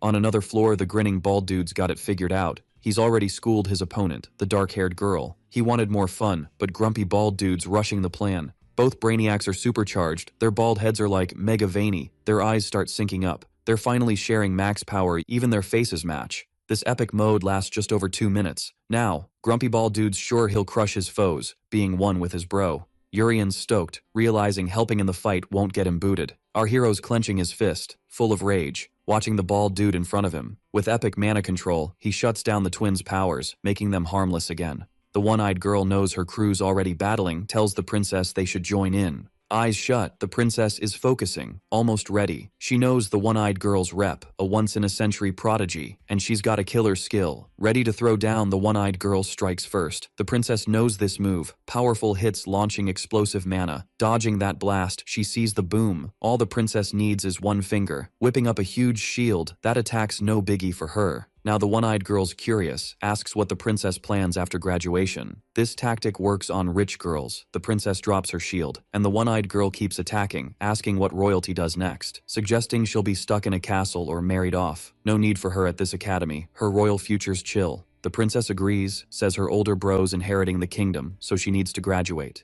to snag some independence. Now, it's the princess's turn to strike back, launching an attack at the one-eyed girl, hitting her dead on. Her body slams into the wall, wrecking everything. Still, she's not hurt, just more ticked off. After that hit, the princess's finger stops glowing. Now her middle finger's glowing. She says she'll use her power to save the world. Classic rich girl vibes. Recovering, the one-eyed girl lands back on the ground. She says the princess is too cocky wanting to save the world, as now, she needs to save herself. Since another attack's coming her way, the rich girl's ready to block again. Outside, the whole tower's shaking. The competition director's struggling, hoping the one-eyed girl chills, as he's powering the tower with his own mana. And if she goes all out, the place will crumble fast. One of the bald twins still thinks the plan's on track. His loss was just a tiny hiccup. The silver-haired girl asks where Urian's headed, and he says he's going up another floor, leaving the bald dude's body behind. The two decide to follow, but they're kinda lost. Outside, the Empire's coach is fuming. "Can't believe the loss," says the Kingdom's students are cheating. At the tower's top, Ricky and the dark-haired girl are already there. Ricky's sure the Empire's cheating, since they started bending the rules, sending their guys to stop the sword from being moved. Making up another rule, they said the sword can only be moved when the captain shows up. If they do it now, they're out. They just gotta wait. But Ricky's seriously ticked about it. The dark-haired girl misses her sis, thinking she must have won too. Ricky, meanwhile, is all about our hero, wondering why he hasn't shown up yet. Now he's stuck dealing with the Empire's nonsense even longer. Bet even his teacher's losing it by now. While the crowd's going wild, Haiyuan senses something. It's like she spotted something dark and spooky. Ricky catches his teacher's freaked-out face. Now he's all puzzled. What's got his teacher so spooked? Totally freaked, she's sure of one thing. It's level 4. Seeing his teacher's reaction, Ricky's getting pretty scared too. Something's definitely up. The dark-haired girl hasn't noticed a thing, too busy thinking about her sis. But the silver-haired girl's fight is done, and she's chilling with our dude. Trying to leave that floor, they just keep ending up back where they started. They're totally lost. They've been wandering so long, the silver-haired girl's whining about her legs. Worried too, our guy says they'll find the right way soon. Not a biggie for the silver-haired girl, she's loving the extra time with him, but they gotta help their crew. Our hero's on board with that. They're probably the only ones not on the upper floors yet. The dark-haired girl might be in a jam, but her sis still believes in her. Since they're lost, the silver-haired girl suggests they split up. At least one of them might make it out. In the princess's showdown, the one-eyed girl's going all out. She even said the princess is great at playing tag. But the princess thinks the one-eyed girl's moves are too easy to read. Dodging's a breeze. But, in her head, she knows this girl's attacks pack a punch. Her shield won't hold forever. With a big sigh, the one-eyed girl says she's bored. She tells the princess to attack. This is dragging on, and they're probably the only ones stuck down here. The princess agrees, deciding to wrap this up, charging power in one finger. The one-eyed girl expects the same old attack, but the princess isn't using energy. It's all mind games. With mana chains, she locks her opponent down. Now she can land a hit. No sweat. Seeing that move, the one-eyed girl thinks it's a divine blessing. But there's a tiny hiccup. Powering up, she breaks free from those chains. The princess sees her opponent used leg energy to escape. This makes things tricky. Dodging the next hit might be tough. With her body free, the one-eyed girl jumps back into the fight, and no explosion happens. Once the energy fades, she's all confused, since the princess blocked that hit with her shield. Trying to figure it out, she gets all mixed up, thinking it might be the princess's blessing again. Quick history lesson. Back in the day, like the Stone Age, humans were weaklings. But teamwork helped them grow, still weaker than other races. Until one day, a god who really liked humans decided to help, giving power to one human, which stuck around. The divine blessing from the middle finger to the weakening. That's when the one-eyed girl noticed her foot felt weaker. Maybe that's the clue she needed. To stop it from happening again, she needs to be faster than the princess, getting close in a flash. The princess realizes she won't have time to use her weakening trick, so she goes for the big toe technique. This is the domination move. She says her enemy will miss. After that command, something clicks in her mind. The attack's super dangerous, but it can't hit the princess's face, who's now using the index finger blessing, telekinesis, to keep her distance, making the one-eyed girl float in midair. Then she starts getting pushed away. But using all these moves, the princess is wiped out. She remembers her brother saying she didn't need magic school, but she's a rich girl with dreams and wants to use her skills to help people. After getting slammed into the wall, the one-eyed girl asks if this is the power that fooled the princess. In a way, she gets it. Her own big power led her to this harsh world. That's why she totally hates it. If she was as fragile as a princess, things might have been way different. But this royal girl? She's basically immune to that kind of trash talk. And now she's gonna use her pinky power to wrap this up for good. The one-eyed girl? She's just as fired up. Right in the middle of their epic showdown, a door starts creaking open. This makes the one-eyed girl super mad, like, who dares to crash this epic battle? But when they both glance at the door, they're totally freaked out. The figure stepping in, straight up nightmare fuel, definitely not human. A level 4 creature, smart enough to warn the girls to stay still and zip it, or else, poof, they're toast. Earlier, Professor Haiyuan had sensed something was up, felt the vibe of a level 4 creature, but was stuck like a statue. This caught Ricky's eye. In no time, a shadowy mana cloud cloaked the whole castle, plunging it into darkness. Everyone caught in it was gripped by a primal fear. The arena had never been this silent, like, ever.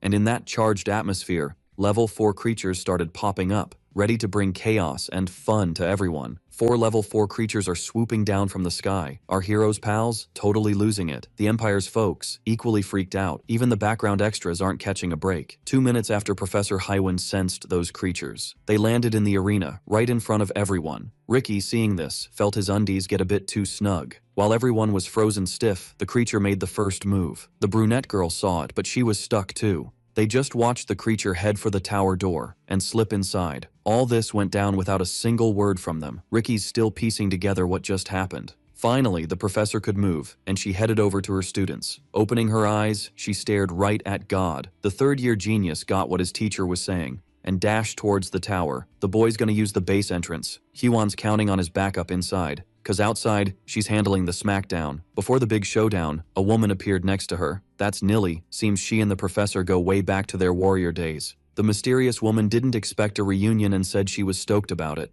Hyewon remembers her well. No way she'd forget.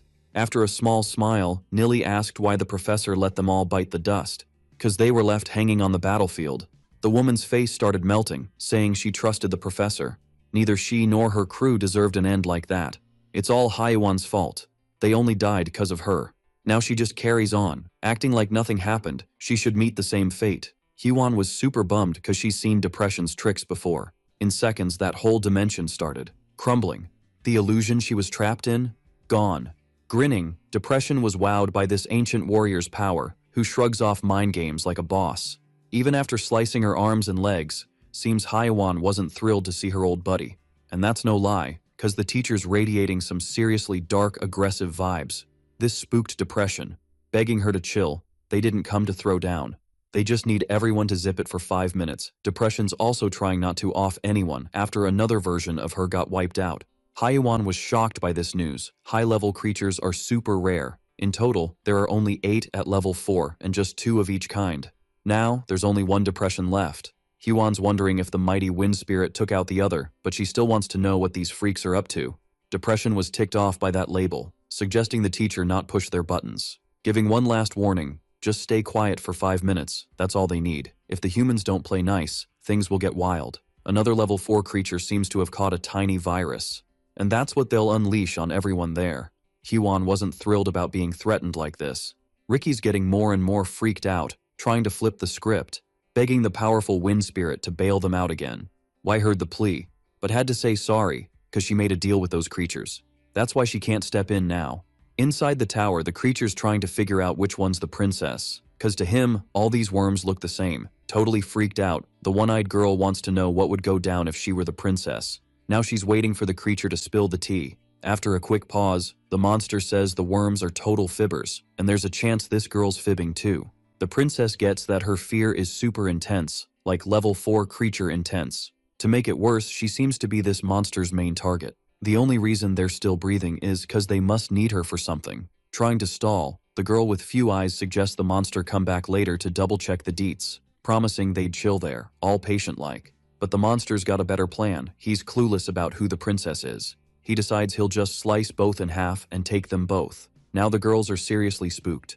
The one-eyed girl's got 2 ideas for the princess. First up, they team up and bolt at the first chance. Second, she'll be the bait, and the princess can bounce solo, saying it's more efficient. But the rich girl's got a third idea. She'll reveal she's the princess so the other can escape. But the one-eyed girl's not down with that.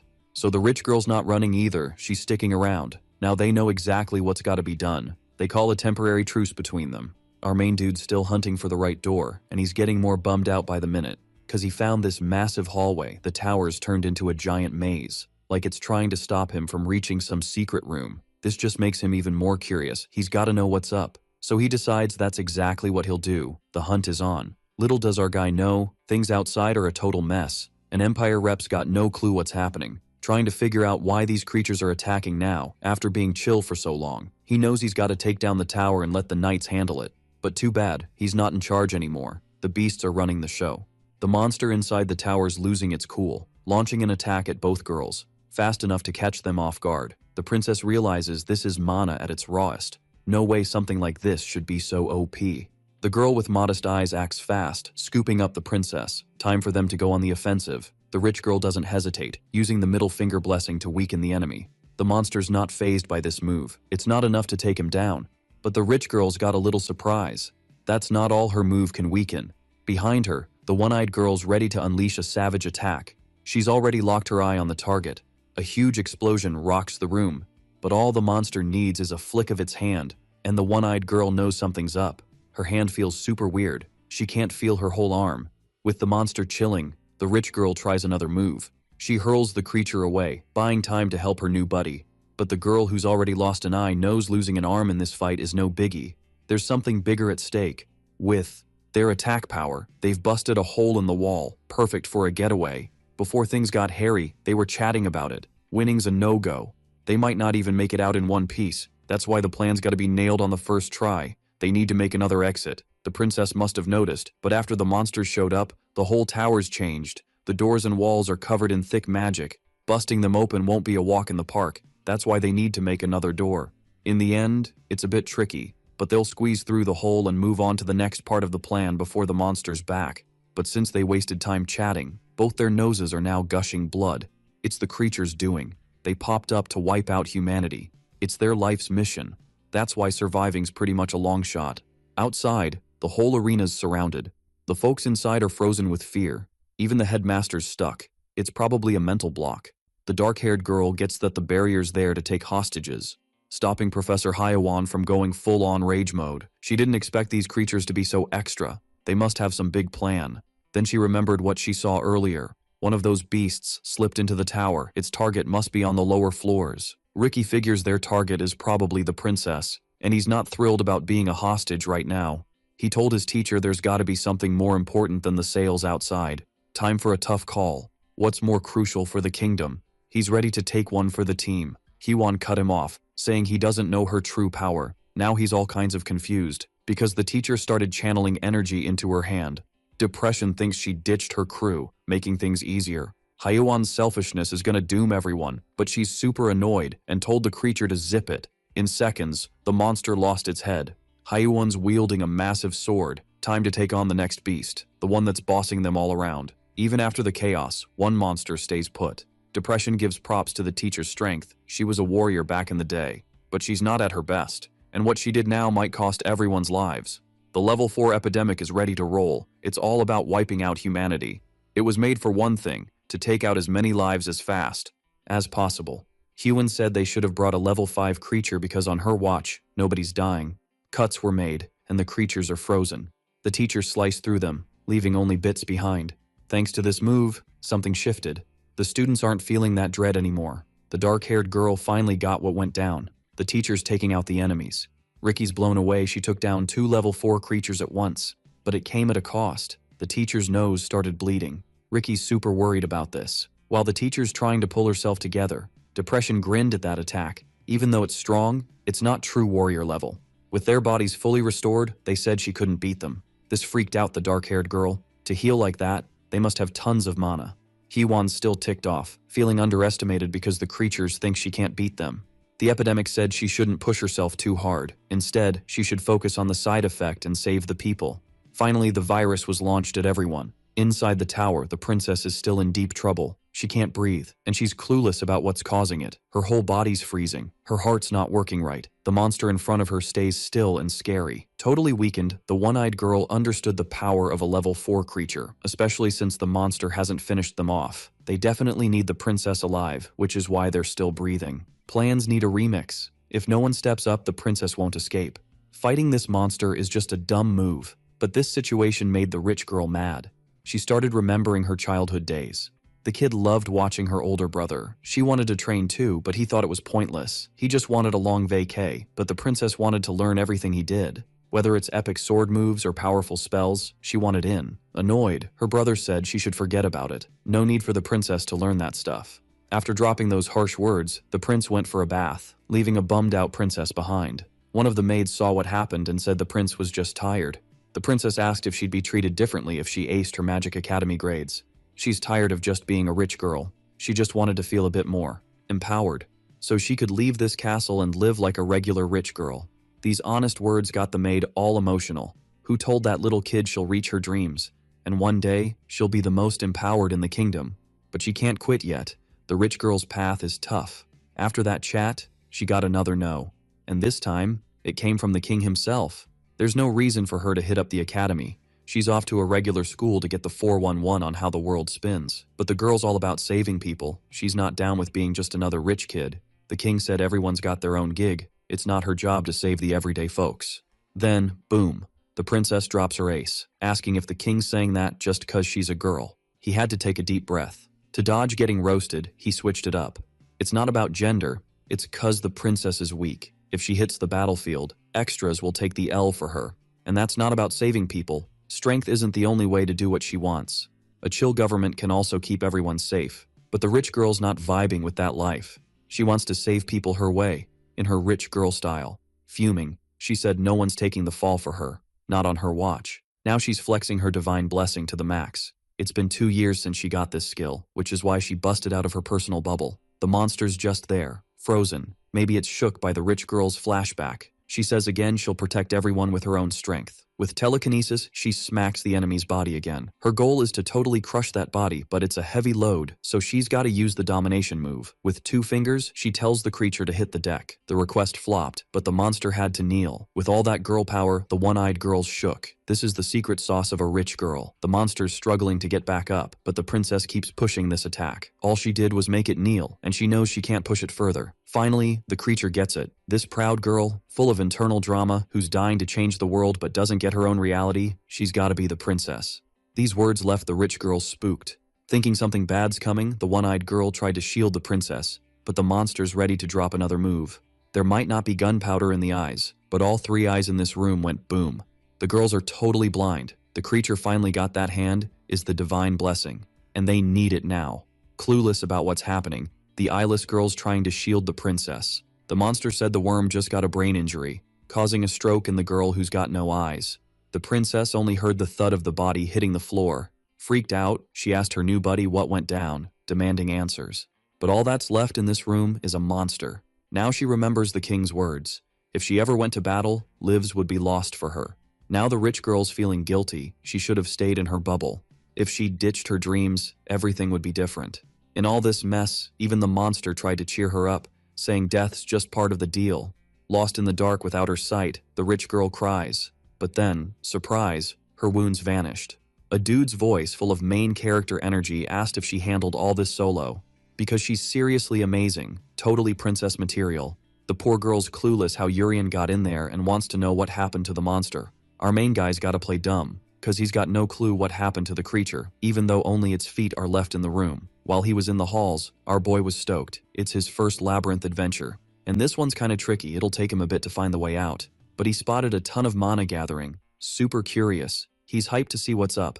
Thinking there's something hidden, he stumbled on that level 4 creature. Our main guy's got no idea what's happening. The monster sensed the worm's presence, but that room was supposed to be locked down tight. So he's baffled how the boy got in there. Urian found the princess and tried to chat with her.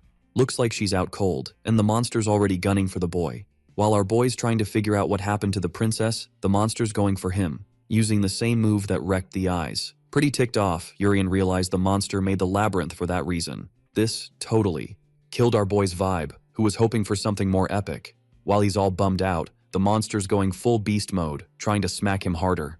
But our hero's had enough, and he smacks the creature with everything he's got. Boom. Instant destruction beam. Now Urian's curious. Where did this ugly thing even come from? It looks like those level 4 monsters, all nasty and stuff. With things chill now, our hero's gotta focus on the real deal. First up, he heals the princess. She wakes up all dazed, thinking the monster's still lurking. The one-eyed girl gets healed too, and now we gotta see if the author remembers what he wrote. 'Cause that noble with a scar got healed too. If she had 1 eye, now she's got 2. And she's super confused 'cause her wounds are all gone. This just proves Urian's the GOAT, but he insists he's just a regular dude.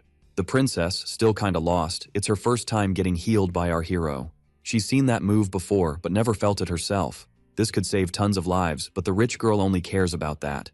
Now she's recalling the king's words, saying strength isn't everything. That's why her dad recognized this commoner, and now she's feeling kinda useless. Our hero tells her she's awesome for holding her ground against that beast. Words that totally boost the rich girl's ego. After that pep talk, she's blushing like crazy. Urian realizes maybe he shouldn't have hyped her up, he just wanted to shift the convo so they wouldn't grill him. The one-eyed girl asks if the princess can use the divine blessing. Turns out she can mix her powers. Now things get weird. That move was within the monster's reach. Why'd it bail? Maybe something more urgent popped up, and our hero's on board with that idea. Still, they got super lucky. The creature must have thought they were toast. Now, they gotta bounce. The one-eyed girl says they can use the exit she made. It's still wide open in the wall, but now there's an even bigger hole, and she's baffled by what could have done that, cause she had to hit the wall a bunch. Definitely the level 4 creature's doing. That's when our hero realizes he busted through a mega strong wall. All this leaves the one-eyed girl puzzled, and her head spinning. If it weren't for that epic healing, she'd be toast. And it's not over yet. The monster's probably lurking. What she can't wrap her head around is why she's so chill. The creature that made that massive hole is still kicking. This makes the princess ask how Urian got there. He says he was just strolling through the halls and found the chaos. All while the one-eyed girl's still deep in thought. To the princess, the monster must have split before he showed up, our super lucky dude. After some serious thinking, the one-eyed girl grabs our hero's shoulder. He starts to worry, thinking she might have figured something out. To her, it all clicks. It's the boy's healing. They should be freaking out. It makes no sense to be so calm, like everything's peachy. Seems like even Urian doesn't get how epic his powers are, says the one-eyed girl. The princess is confused. She doesn't know if she should be panicking, but she realizes the fear she felt is gone too. Our hero's healing is next level. Even the mind's fixed. While they're distracted, the one-eyed girl spots something behind the princess. It's that creature that should have vanished. A wave of fear hits them all. The monster tells them to freeze, saying its plan's gonna happen, and everything they've done just ticked it off more. The one-eyed girl jumps back into the fight, but she knows she won't reach the princess in time, who's about to get snatched by the creature. But then, something wild happens. The monster's magic just fizzles out. This makes it super mad, cause the worm messed up its plans again.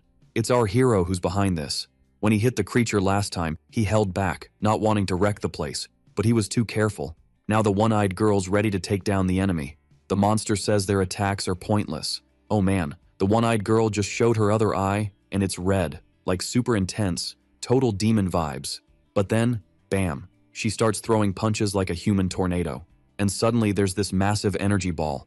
Our hero's just standing there, totally blown away by her epic skills. The one-eyed girl is wiped out, had to shut her other eye again. Now that the dust's settled, they see the monsters still kicking. She went all out, but it didn't even scratch the beast. The princess gets it. No matter how hard they try, this monster's not going down easy. Its mana's off the charts. They need something equally wild to beat it. Maybe a healing power that can cancel its attacks. Or something that can totally freeze this beast in its tracks.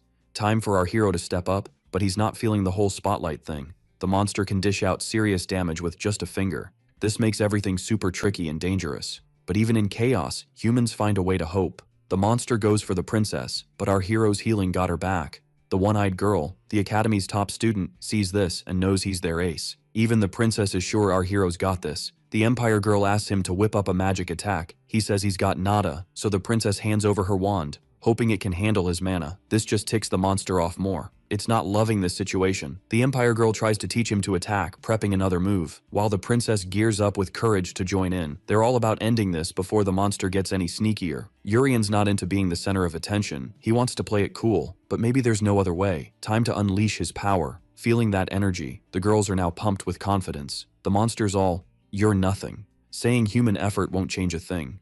But slowly, it's realizing it might be wrong. The princess tells him to drop his hands, and bam, he chains her up, immobilizing her. The monster's in disbelief that these worms pulled this off. This divine power's wasted on these inferior beings. But the princess says this power's a gift from God to humans. The monster's like, God's cool with humans, but for us, he's the worst. The rich girl rolls her eyes at this, knowing her moves are maxed out.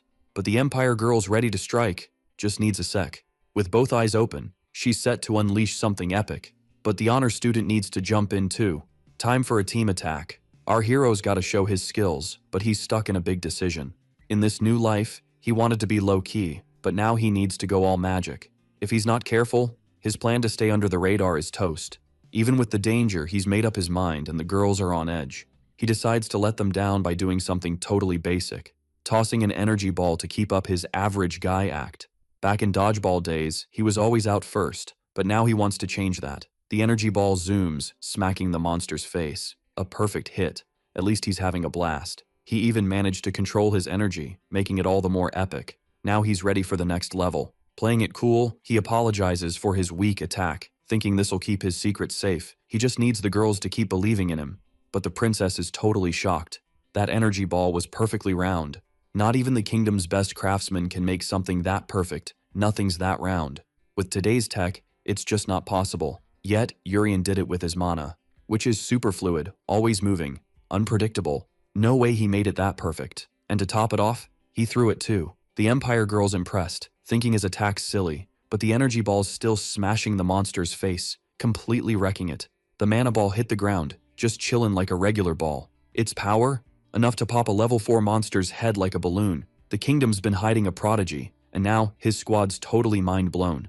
Urian told the curly-haired girl to bounce with the princess ASAP. Right after, the monster snatched him by the noggin, slammed him into the floor, turning it into a disaster zone. The shockwave was massive, like a giant sneeze. The girls watching were totally freaked out. He got tossed into the wall, leaving a hole big enough for a new door. Urian's attack nearly wrecked the creature, but the princess, seeing that, was shook. She spotted his legs in the rubble, thinking the worst. No time to chill, the Empire girl grabbed the princess and bolted. She knows this is her one shot to escape. The monster's not having it. He raised a finger, ready to end them, but then thought, nah, let's toy with them a bit. He'll let them think they can escape just to crush their hopes, like he did with the worm now lying on the floor. He'll let them see hope, only to make them beg for the end. But our hero told the creature to chill. They were just having fun. A huge magical energy lit up the room, and now he's rocking his alter ego's armor. He hasn't thrown a real punch yet, curious if the monster can take it. Before anyone knew it, the creature was diced up, turned into a jigsaw puzzle of monster bits. The cuts were so wild, the room got sliced too. The energy was visible from outside. It shattered the creature's barrier. Our hero realized he might have gone a bit overboard. Again, all that was left of the monster were its feet, probably can't grow back. The crew outside felt something went down. She told the depression the monster's toast, gone with the blast. The hit was so intense, even the barrier might have cracked. He held it, but got hurt inside. Totally confused, the depression thought it was a miracle. But his monster buddy said, nah, that power was super weird. And now he's losing his cool with these humans. The hostages they grabbed are useless now. Huon's got her sword, ready to throw down. Inside the tower, everything started shaking. God, hunting for classmates, is now spooked. But he noticed the shake was quick, definitely caused by the level 4 beasts. The whole place turned into a maze. But thanks to the blast, he knows where to head. Seeing the green glow of our hero's energy, he dashed, using his mysterious powers to do it. The scythe of doom is ready to slice his foes. God's sure nothing can stop him now. But what he saw was truly terrifying.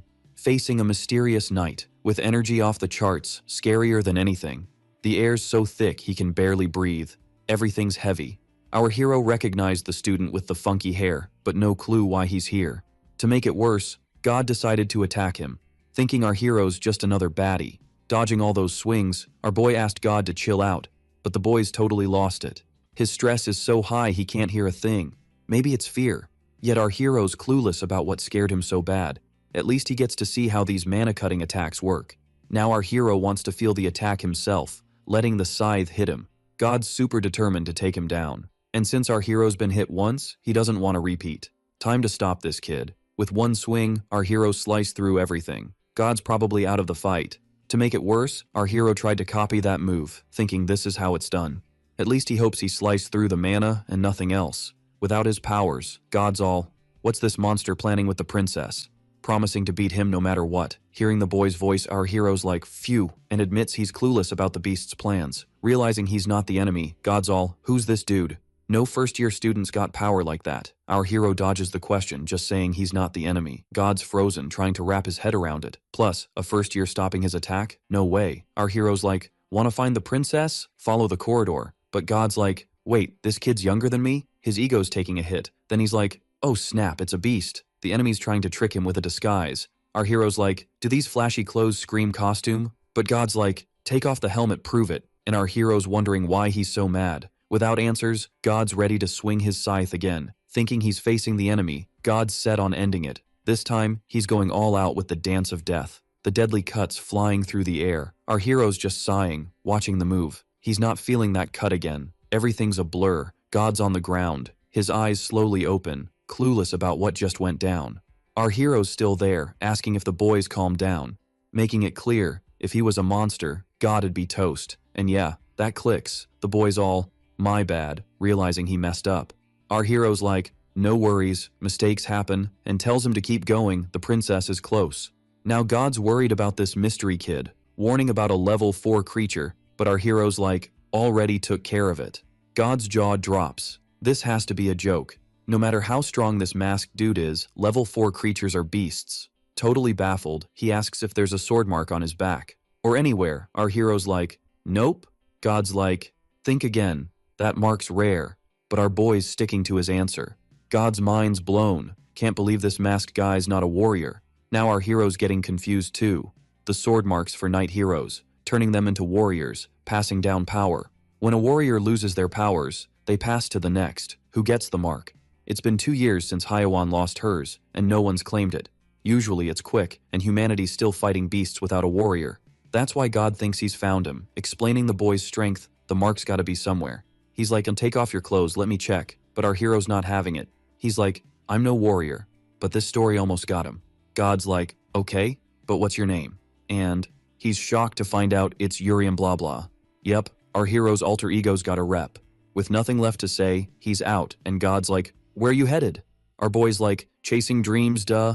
Outside, the teacher's ready for battle. Depression's trying to bring her down, throwing all sorts of dangerous moves, but nothing's breaking through that sword defense. Depression's taking hits, while the teacher's getting more aggressive. She expected more from this fight.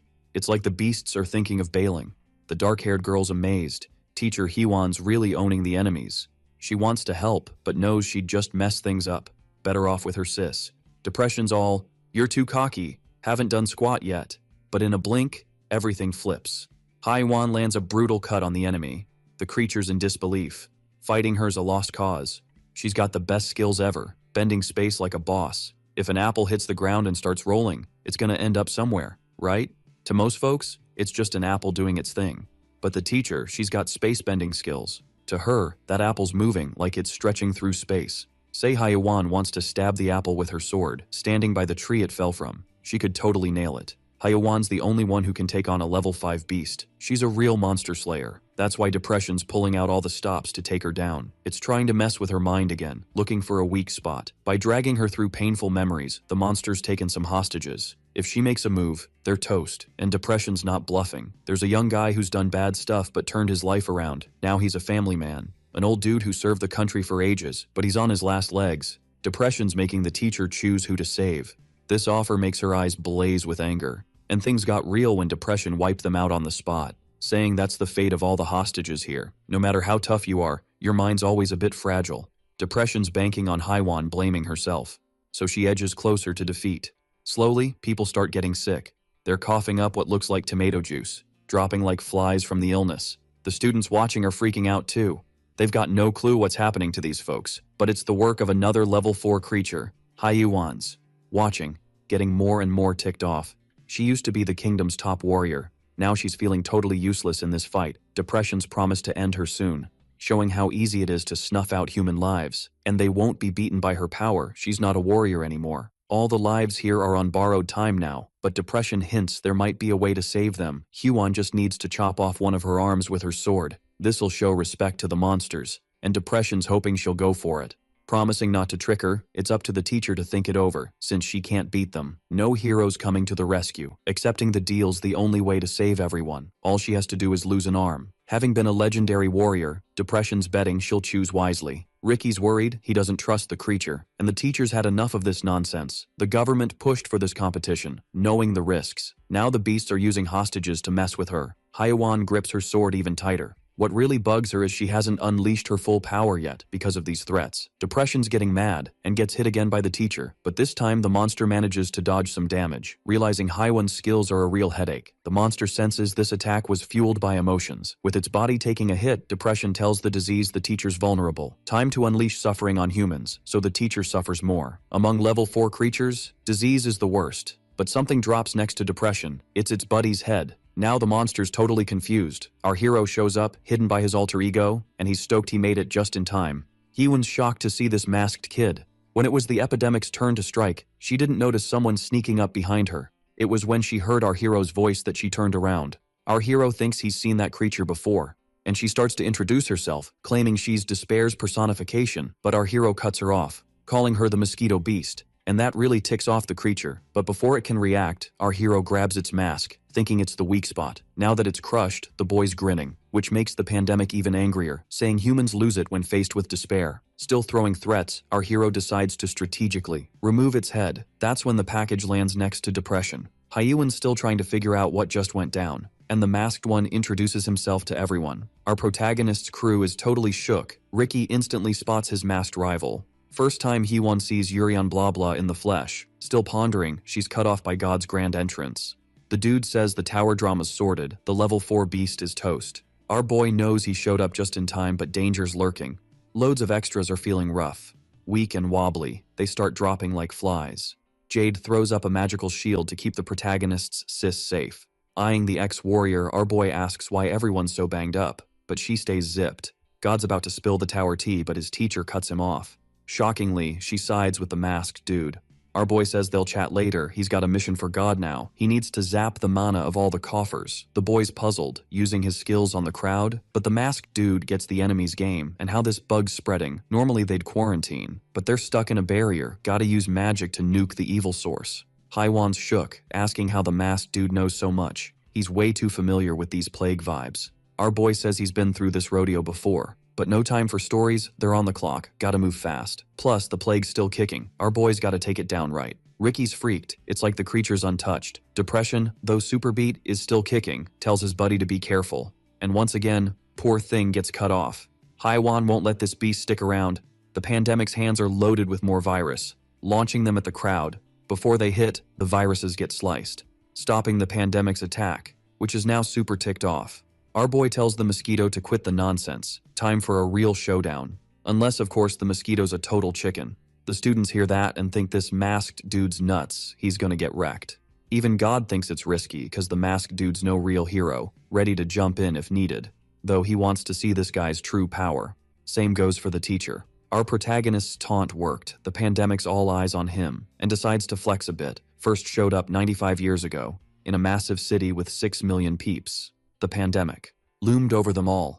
The ruler's call was to torch everything left of it. That plan saved the city, but the price was steep. Only 100,000 survived. Highest death toll ever. Feeling that power, the students feel the pressure, cause that energy could wipe them out in a snap.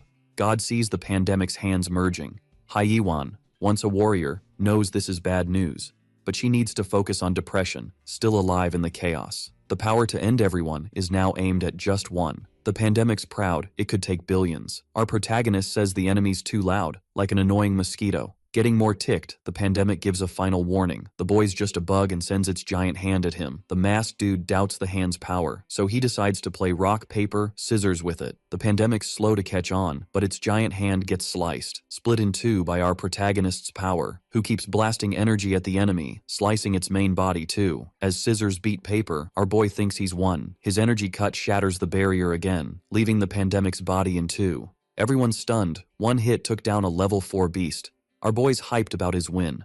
Hyuan knows it's epic. The pandemic caused the worst disaster ever, yet it got wiped out fast. Military forces outside the barrier see a breach. Time to roll in. The depression, all shattered. Can't even believe what's happening. And oh boy, it's about to get a whole lot worse. Hyuan totally shrugged off the monster's mind games. But the creature's still yapping, saying the teacher missed a chance to reunite with her fallen squad. And yeah, she kinda agrees with that. Things are way worse than anyone thought. They gotta tackle this disease head on. Loads of folks couldn't handle that nasty virus. God's swinging his scythe, trying to snip people's mana, but some are totally freaking out. With this win, the depression got nabbed by the Empire's mages, stopping it from bouncing back. The teacher walked up to the masked dude, and honestly, gave him props for the assist. He was key to the day's outcome, but she won't forgive him for putting her students at risk. But that day played out differently. Our guy knows his timing was spot on. He also said the teacher's being dramatic.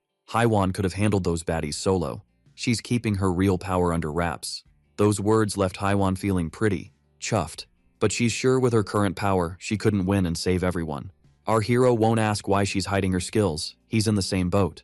Before bouncing, the teacher said she's got one more question and could help him out if he's honest. Our guy said no one's judging him because he's gonna vanish again. Then, Hyuan unleashed her epic power, thanking him but not letting the masked dude leave. Our hero, staring at her, told her to remember something important. He's the new hero in town, and he's all in on this gig, cause he's all about justice. Poof, he disappears right in front of everyone. While the Empire's soldiers are shook Haiwan, but she had to keep her cool, letting a few slip away this time. Yet she's super curious about who this masked hero really is. Back in his student gear, our hero returned to the wreckage. Everything went just as he planned. He's sure everyone still thinks he's a weakling, since he couldn't even pull off a basic spell. Plus, he showed up as his alter ego, saving the day from a huge mess. He'll definitely be overshadowed by these moves. All he needs to do is chill in the rubble until the rescue squad shows up. Our guy placed a big rock over himself, leaving just his legs sticking out. Finally, things settled down. After 2 weeks, the competition hit pause. Still, everyone's partying over what went down, especially the Empire folks, who are hyped about beating the level 4 beast. The red-haired dude's munching on some grub. With him is that extra who hides his baldness. They're amazed by the people's joy, even after the chaos. The bald dude said it's fair, a level 4 beast got wrecked. And yeah, the red-haired dude's on board with that too. But those who were in the thick of it seem pretty shaken. Another thing the red-haired dude can't wrap his head around is why the kingdom's students are still hanging around. Among them, one caught his eye. That foodie also faced the beasts, and he's talking about our hero. She's with her bro, bringing more meat for him to chow down. She heard the dude was stuck in the rubble during the attack and is glad he's okay. Our guy said the feeling's mutual, but he's too busy with the food. Trying to keep his cover, he started whining about being useless. He tried to cast a spell, but it flopped big time. His sis said he should chill out, suggesting he get back to munching. Since they used to be broke, they grab every chance to scarf down free food. The red-haired dude noticed they have zero manners. That's why they're commoners. Only then did he realize the bald dude had faced our hero, wishing he had that chance. Thinking it must have been a breeze. Totally shocked, the bald dude said it was smooth. But honestly, he can't even remember how he lost. Spreading word he got beat by a commoner could be tricky, so he's keeping it hush-hush. The one-eyed girl found her crew. She knows the honor student reached the tower's top and thought the bald dude was seriously hurt. As soon as he heard this, the red-haired dude totally freaked out, realizing his buddy got owned by a regular guy. But the one-eyed girl was like, wait, what? She was sure the honor student was the kingdom's top dog. He smashed a 4-star creature's face with his skills, so it's wild the bald dude's still kicking. Now he switched it up, from losing to a regular guy to getting beat by the kingdom's gem. Smart move, dude. But the red-haired guy's still struggling to wrap his head around it, cause he's stuck on our hero being just a regular dude. He started finding it all kind of funny, saying his friends are cracking epic jokes. He said they all saw the spy's report, and that guy's just a regular dude, nothing more. Calling him the kingdom's strongest is just comedy gold. But the one-eyed girl isn't sure if our hero's hiding his true power, but she's got one thing down. He's got magic skills way beyond just healing, and she's saying this because she saw with her own eye when our guy used some crazy magic to smash that level 4 creature's head. This info's got the red-haired dude sweating a bit. The girl started mimicking our hero's reaction, super over the top, making it seem like his attack was weak. Even the red-haired dude was like, that's just silly talk. But for that girl, it was clear he wanted to keep it all hush-hush. After hearing all this, the bald dude thought the kingdom might be cooking up some secret war tech. That's why the one-eyed girl was worried about the bald dude, but she's glad he's still around. Now, knowing the truth, the bald dude's seriously impressed. Relying on his own skills, he's sure he gave it his all. But, truth is, he's just winging it. He can't remember squat about the fight. The red-haired dude started roasting the bald guy for getting beat. But he's curious who'd win in a showdown, the kingdom's prodigy or the one-eyed girl. Cause he thinks without the eye patch, the one-eyed girl levels up, being a once-in-a-century genius. Even after all the hype, the girl kept it real. She thinks she'd last maybe 10 minutes tops before getting wrecked. Now the red-haired dude's all hyped. He can't believe our hero's that strong. His reaction was so extra, it freaked out some ladies walking by. And the girl went further. In a no-rules duel, she'd be toast in under 3 minutes. The scene's so intense the bald dude said they should thank the beast for dodging a total wipeout. Wrapping it up, the girl told them to keep it on the down low. There's gotta be a reason for the secret, and she wants it that way. That's when she heard our hero's voice, calling for the eye patch girl, who instantly freaked out. Our hero's stoked everyone's okay. Little does he know they're all spooked. The girl said she'd show her thanks properly when she could, cause she knows our guy helped save the princess. But he said it's cool, he's just glad everyone's safe. Trying to chat, he asked what they were talking about. Panicked, the dude said they were just munching on food, nothing else. Urian was super surprised by that answer, but then someone started yelling. A person hit the ground, looking real sick. She's coughing up blood. That dude's allergic to booze, but he keeps chugging it anyway. Freaked out, his buddy called for a doc, clueless on what to do. All this while the extras' situation got worse. Our guy watched closely while munching on strawberries. Getting closer to the sick dude, he used his healing, but the guy tried to shove him away, thinking he'd mess things up. In seconds, the dude who was almost a goner was back to normal. Feeling great and refreshed, he asked for more drinks to keep the Empire's victory party going. Seeing that instant healing, the Empire's students were even more spooked by our hero's power. For the one-eyed girl, it's seriously mind-blowing. She watched closely as our hero acted all chill. Urian said a real mage needs to learn attack spells, saying he's kinda lame. The one-eyed girl felt tested and said if our hero keeps practicing, he'll get way better. Urian really dug those words and thanked her for the advice, thinking his plan's totally foolproof. In the streets of the Empire, everyone's partying like it's the best day ever. A girl with long blonde hair is just chilling at the window, watching it all. She's with the Knight Commander, saying it's kind of funny. They got attacked by beasts, but everyone's throwing a party. Kaiba's all, well duh, we won. Celebrating's good for the vibes, but the blonde girl still thinks it's a total laugh. 'Cause the Emperor's a total goof. If she'd been in the fight, no one would have gotten hurt, and people wouldn't need to be fooled like this. The Emperor gave the Immortal title to 4 people. One of these immortals is Sekra of the Spring, the blonde girl who's complaining.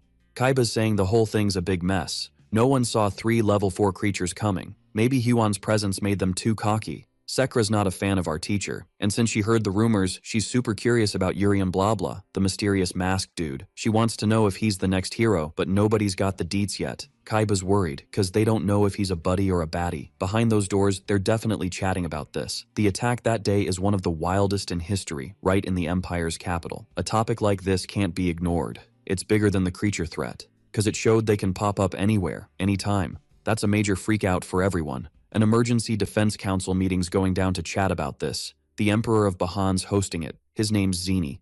The king's there too, saying humanity's gotta team up to beat this danger.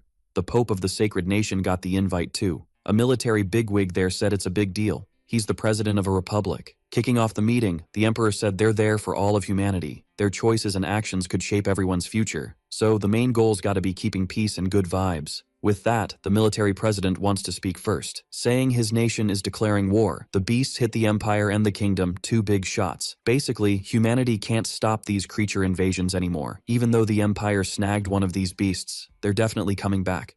So, his nation's going all in on war against the beasts. Putting all their military muscle into the fight, he thinks that's how they'll keep people safe. The king figured the attack plan might be a solid defense, and the Emperor's on board too. If safety's a go with these moves, he's down to send his troops. The biggest snag is humanity's still hero-less. Fighting these creatures without him is like asking for a loss, wasting soldiers' lives.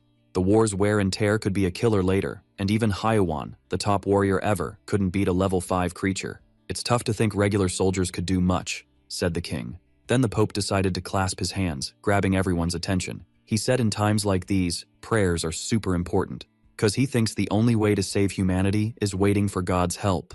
Looking back at history, early humans were weak and always threatened by other races, but in tough times, God hooked people up with magic. Their only shot is getting the hero's power again, so they gotta pray and chill. That sounds super silly to the president, as the Pope hinted the hero's MIA cause of no prayers. It's like God got salty, taking back his blessings, like a kid. This comment got the Pope all riled up. And to get everyone focused, the Emperor slammed his chair, making it clear personal beef can't mess up this meeting. They need to keep it cool and friendly. This made the president say sorry. He didn't mean to diss the religious leader. Cause his nation ditched commoner discrimination and focused on science. The king saw the ideological clash between these nations as causing major drama. Finally, it was time to hit the main point, said the Emperor. Humanity's in a trap. Those beasts didn't attack just cause. Super curious, the king asked the Emperor to spill more on this. The authorities said they learned something from this latest attack. The beasts have a mission. They want the divine blessing of the princess. When a level 4 creature popped up in the kingdom, it was right during the new academy students' admission test. And then, boom, it showed up again during friendly battles. The Emperor said these creatures knew where the princess was and they attacked right on point.